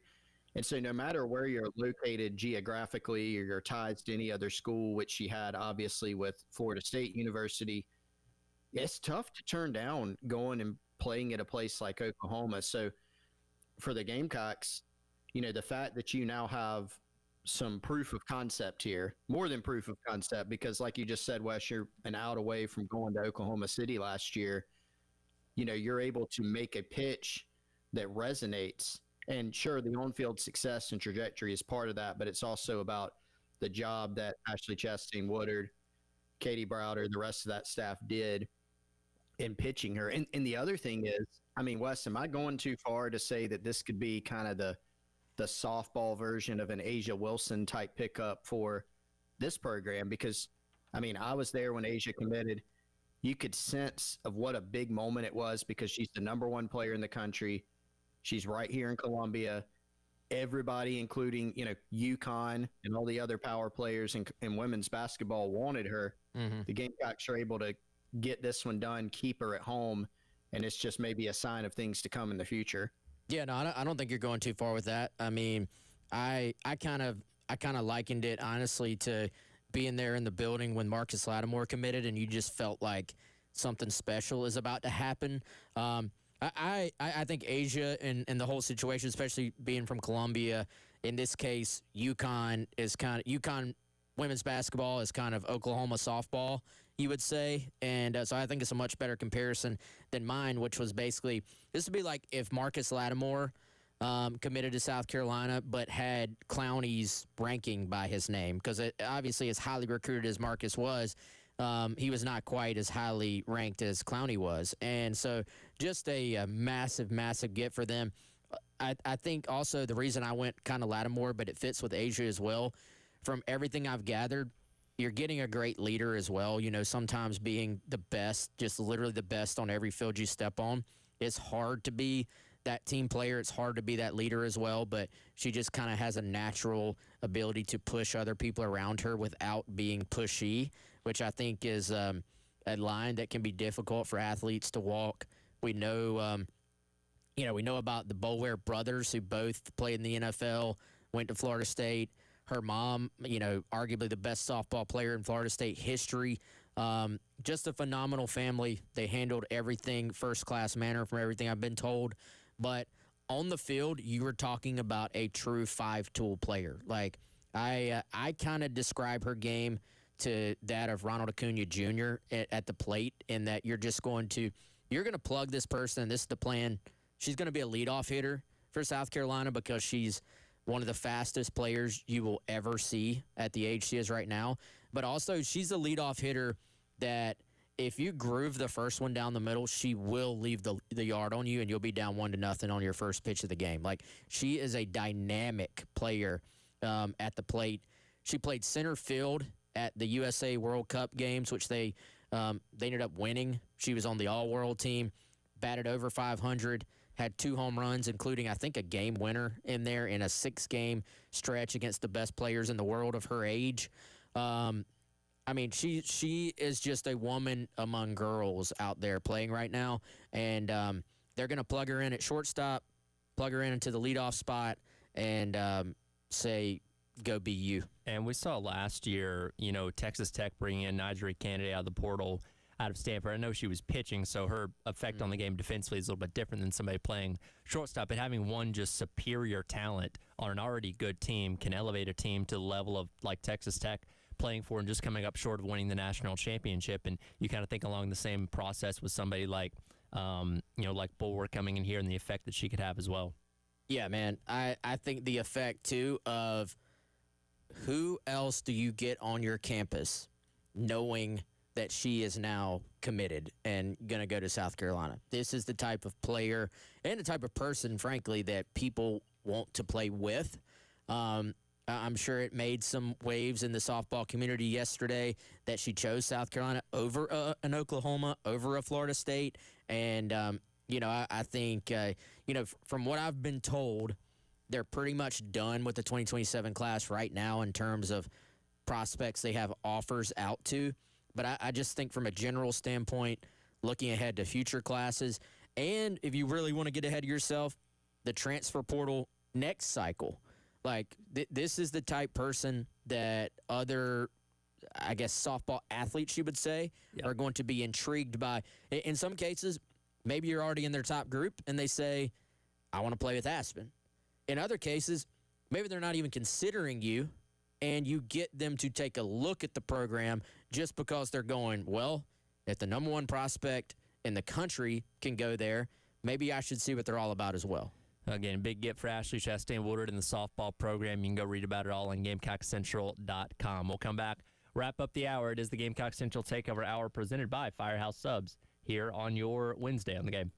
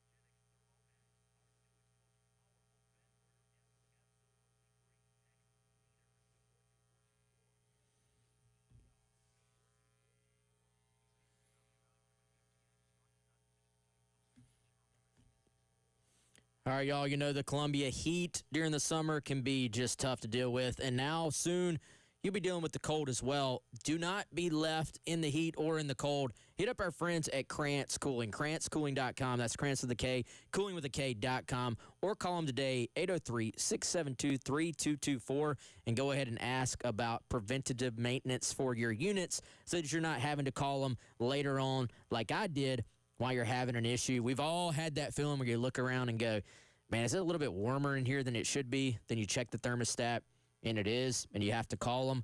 And that's what I did. I called Krantz. They came out, took care of the issue, ended up with a new unit. We knew that was going to be coming soon. And what I did was I took advantage of this special offer. You can as well. 0% APR for 60 months on qualifying equipment. You do need to present the coupon from KrantzCooling.com. But check them out right now. Again, KrantzCooling.com, our friends at Krantz Cooling and Heating.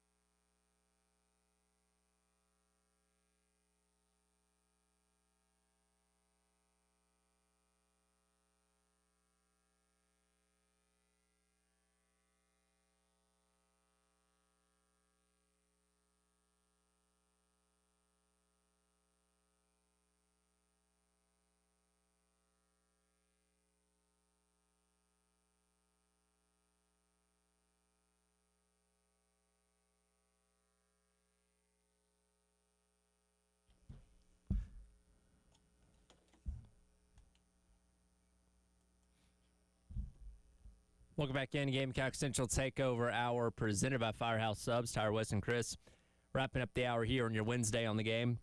We'll get into new news of the transfer portal here in just a moment. But real quick, since we are talking about commitments on the women's side of things, South Carolina women's basketball also getting a pretty big commitment yesterday themselves from a top 20 player in the 2026 class, the first commitment of the 26 class, and Kelsey Andrews out of IMG Academy. Yeah, and obviously I'll defer to Chris Wellbaum on Gamecock Central. Lots of free content there that you can read about what Kelsey Andrews' commitment means for South Carolina. But, gets them to kind of break through in terms of that class. She's a top 20 post and, highly recruited. I believe just came off of a visit to the school that obviously must have gone very, very well. She's ranked, 18th overall in the country by Hoop Girls, 30th overall by Rivals /On3. And according to Wellbaum, she fits the mold of a modern post, meaning she's equally comfortable in the low post or stepping out and extending and hitting the three ball. So also says South Carolina began recruiting her in middle school, which clearly mattered in the long run in terms of building those relationships. Yeah, and I think you look at this one, guys, there's been a lot of focus on some of the prospects that have picked elsewhere in this recruiting cycle, and there have been some of those. But I'm almost a little surprised that there's not more conversation and excitement over this. I think it speaks to the program that Dawn Staley has built here and the level that she's recruited at.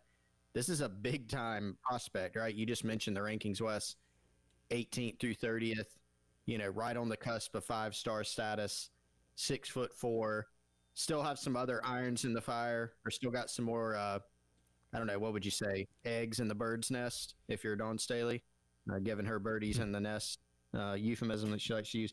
So I think, a big-time get for them that seems like a really good one. I definitely defer to Wellbaum on it too, but seems like a lot of reasons to be excited about this pickup. So a couple big gets there for women's basketball and softball yesterday for South Carolina. This news also coming out yesterday. We've been talking about it quite a bit because we kind of expected it was going to end up being this way, but officially the NCAA confirms the transfer portal window will be one time. It'll be in January, and from January 2nd through the 16th. Now, teams that make it deeper into the college ball playoff will have an additional window once they are finally done playing. But for most everybody else, and we talk about Michael Smith deciding to leave the team and enter his name in the portal, he will have to wait until January 2nd to do that. He'll have a 2-week window from the 2nd to the 16th for portal activity. No more December window, no more spring window, just this 1 2-week period for the transfer portal now in the offseason. Yeah, it ends up being a 15-day window. I think there was some talk about it be even smaller. And so this does make sense to an extent. We'll see if they get sued. We'll see if people even follow it, because didn't we learn this past cycle that you actually don't even have to use the transfer portal? You can just actually just enroll at a new school. So I don't know. I don't get too caught up in any changes at this point because they just change again. But also worth noting, hey, grad transfers still have to wait until then to enter, which is a little bit of a change. And, we'll see. People will say, hey, well, why are you doing it when the college football playoff is still going on? Well, there is a reason for that, is that you ultimately do have to play school as well. That is important. So shout out Cardell Jones. And everybody is going on different schedules. Yeah. So it has to be in a time where you can actually literally transfer schools. So that's a factor in this as well. But man, if you are one of those CFP teams, yes, there's that 5-day window for your guys to transfer, but you have to be recruiting. Yep. While you're getting ready for the biggest games of your lives. Yeah, I know Ryan Day's already spoken out about some form of this that was being tossed around, maybe even when the window was a little bit earlier proposed, but does cause an issue for those teams that are in the CFP. One other thing, guys, that it seems to be coming down the pipe is that for programs, a change to the whole portal window when a coach is fired, that now the NCAA is saying, hey, it's the window is going to start after the coach is fired and after the new coach is hired, 5 days after a new coach is hired, which, the idea there is to protect schools a little bit instead of having, half of your team, your entire team leave before a new coach is hired, you get the new guy in there. Now, I'm with US on both of these items, especially the portal window. You're eliminating the spring portal window period. You are already seeing, and Darren Heitner, who of course represented Rasul Faison, his waiver request, sure, he's has all already on put on this one. social media. They're all over it. This violates antitrust law, blah, blah. And you know what? I mean, from a legal standpoint, there's actually a good argument for that. So I'm with you. What sticks here?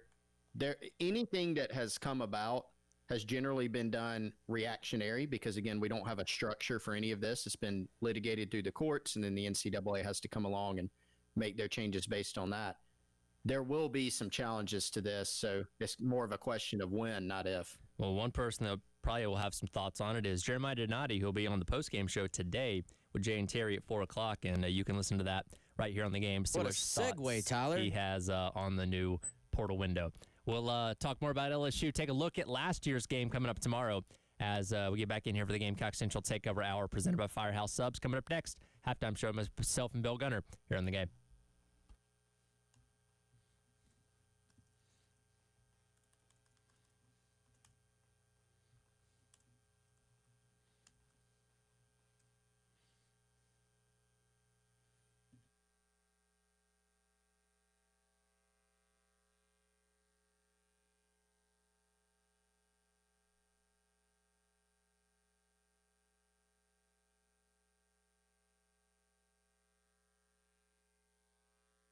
Our friends over at Game Day Men's Health can help you as a man reclaim your vitality by optimizing hormone levels. They specialize in TRT, or testosterone replacement therapy, which will help boost your energy and strength. And they're a lot different than other clinics that do similar things. They have in-house labs that can deliver your results in just 15 minutes. They're conveniently located in Northeast Columbia near I-77 and Two Notch Road. Comfortable man cave style clinics with TVs and refreshments while you wait. Also great, they don't use any long-term contracts. Flexible plans tailored to your needs. TRT tests available to check your levels with absolutely no obligation, and then ongoing monitoring, committed to your success with expert guidance. You can get started by going to GameDayMen'sHealth.com/North-Columbia. Again, located just off I-77, or give them a call, 803-265-3161.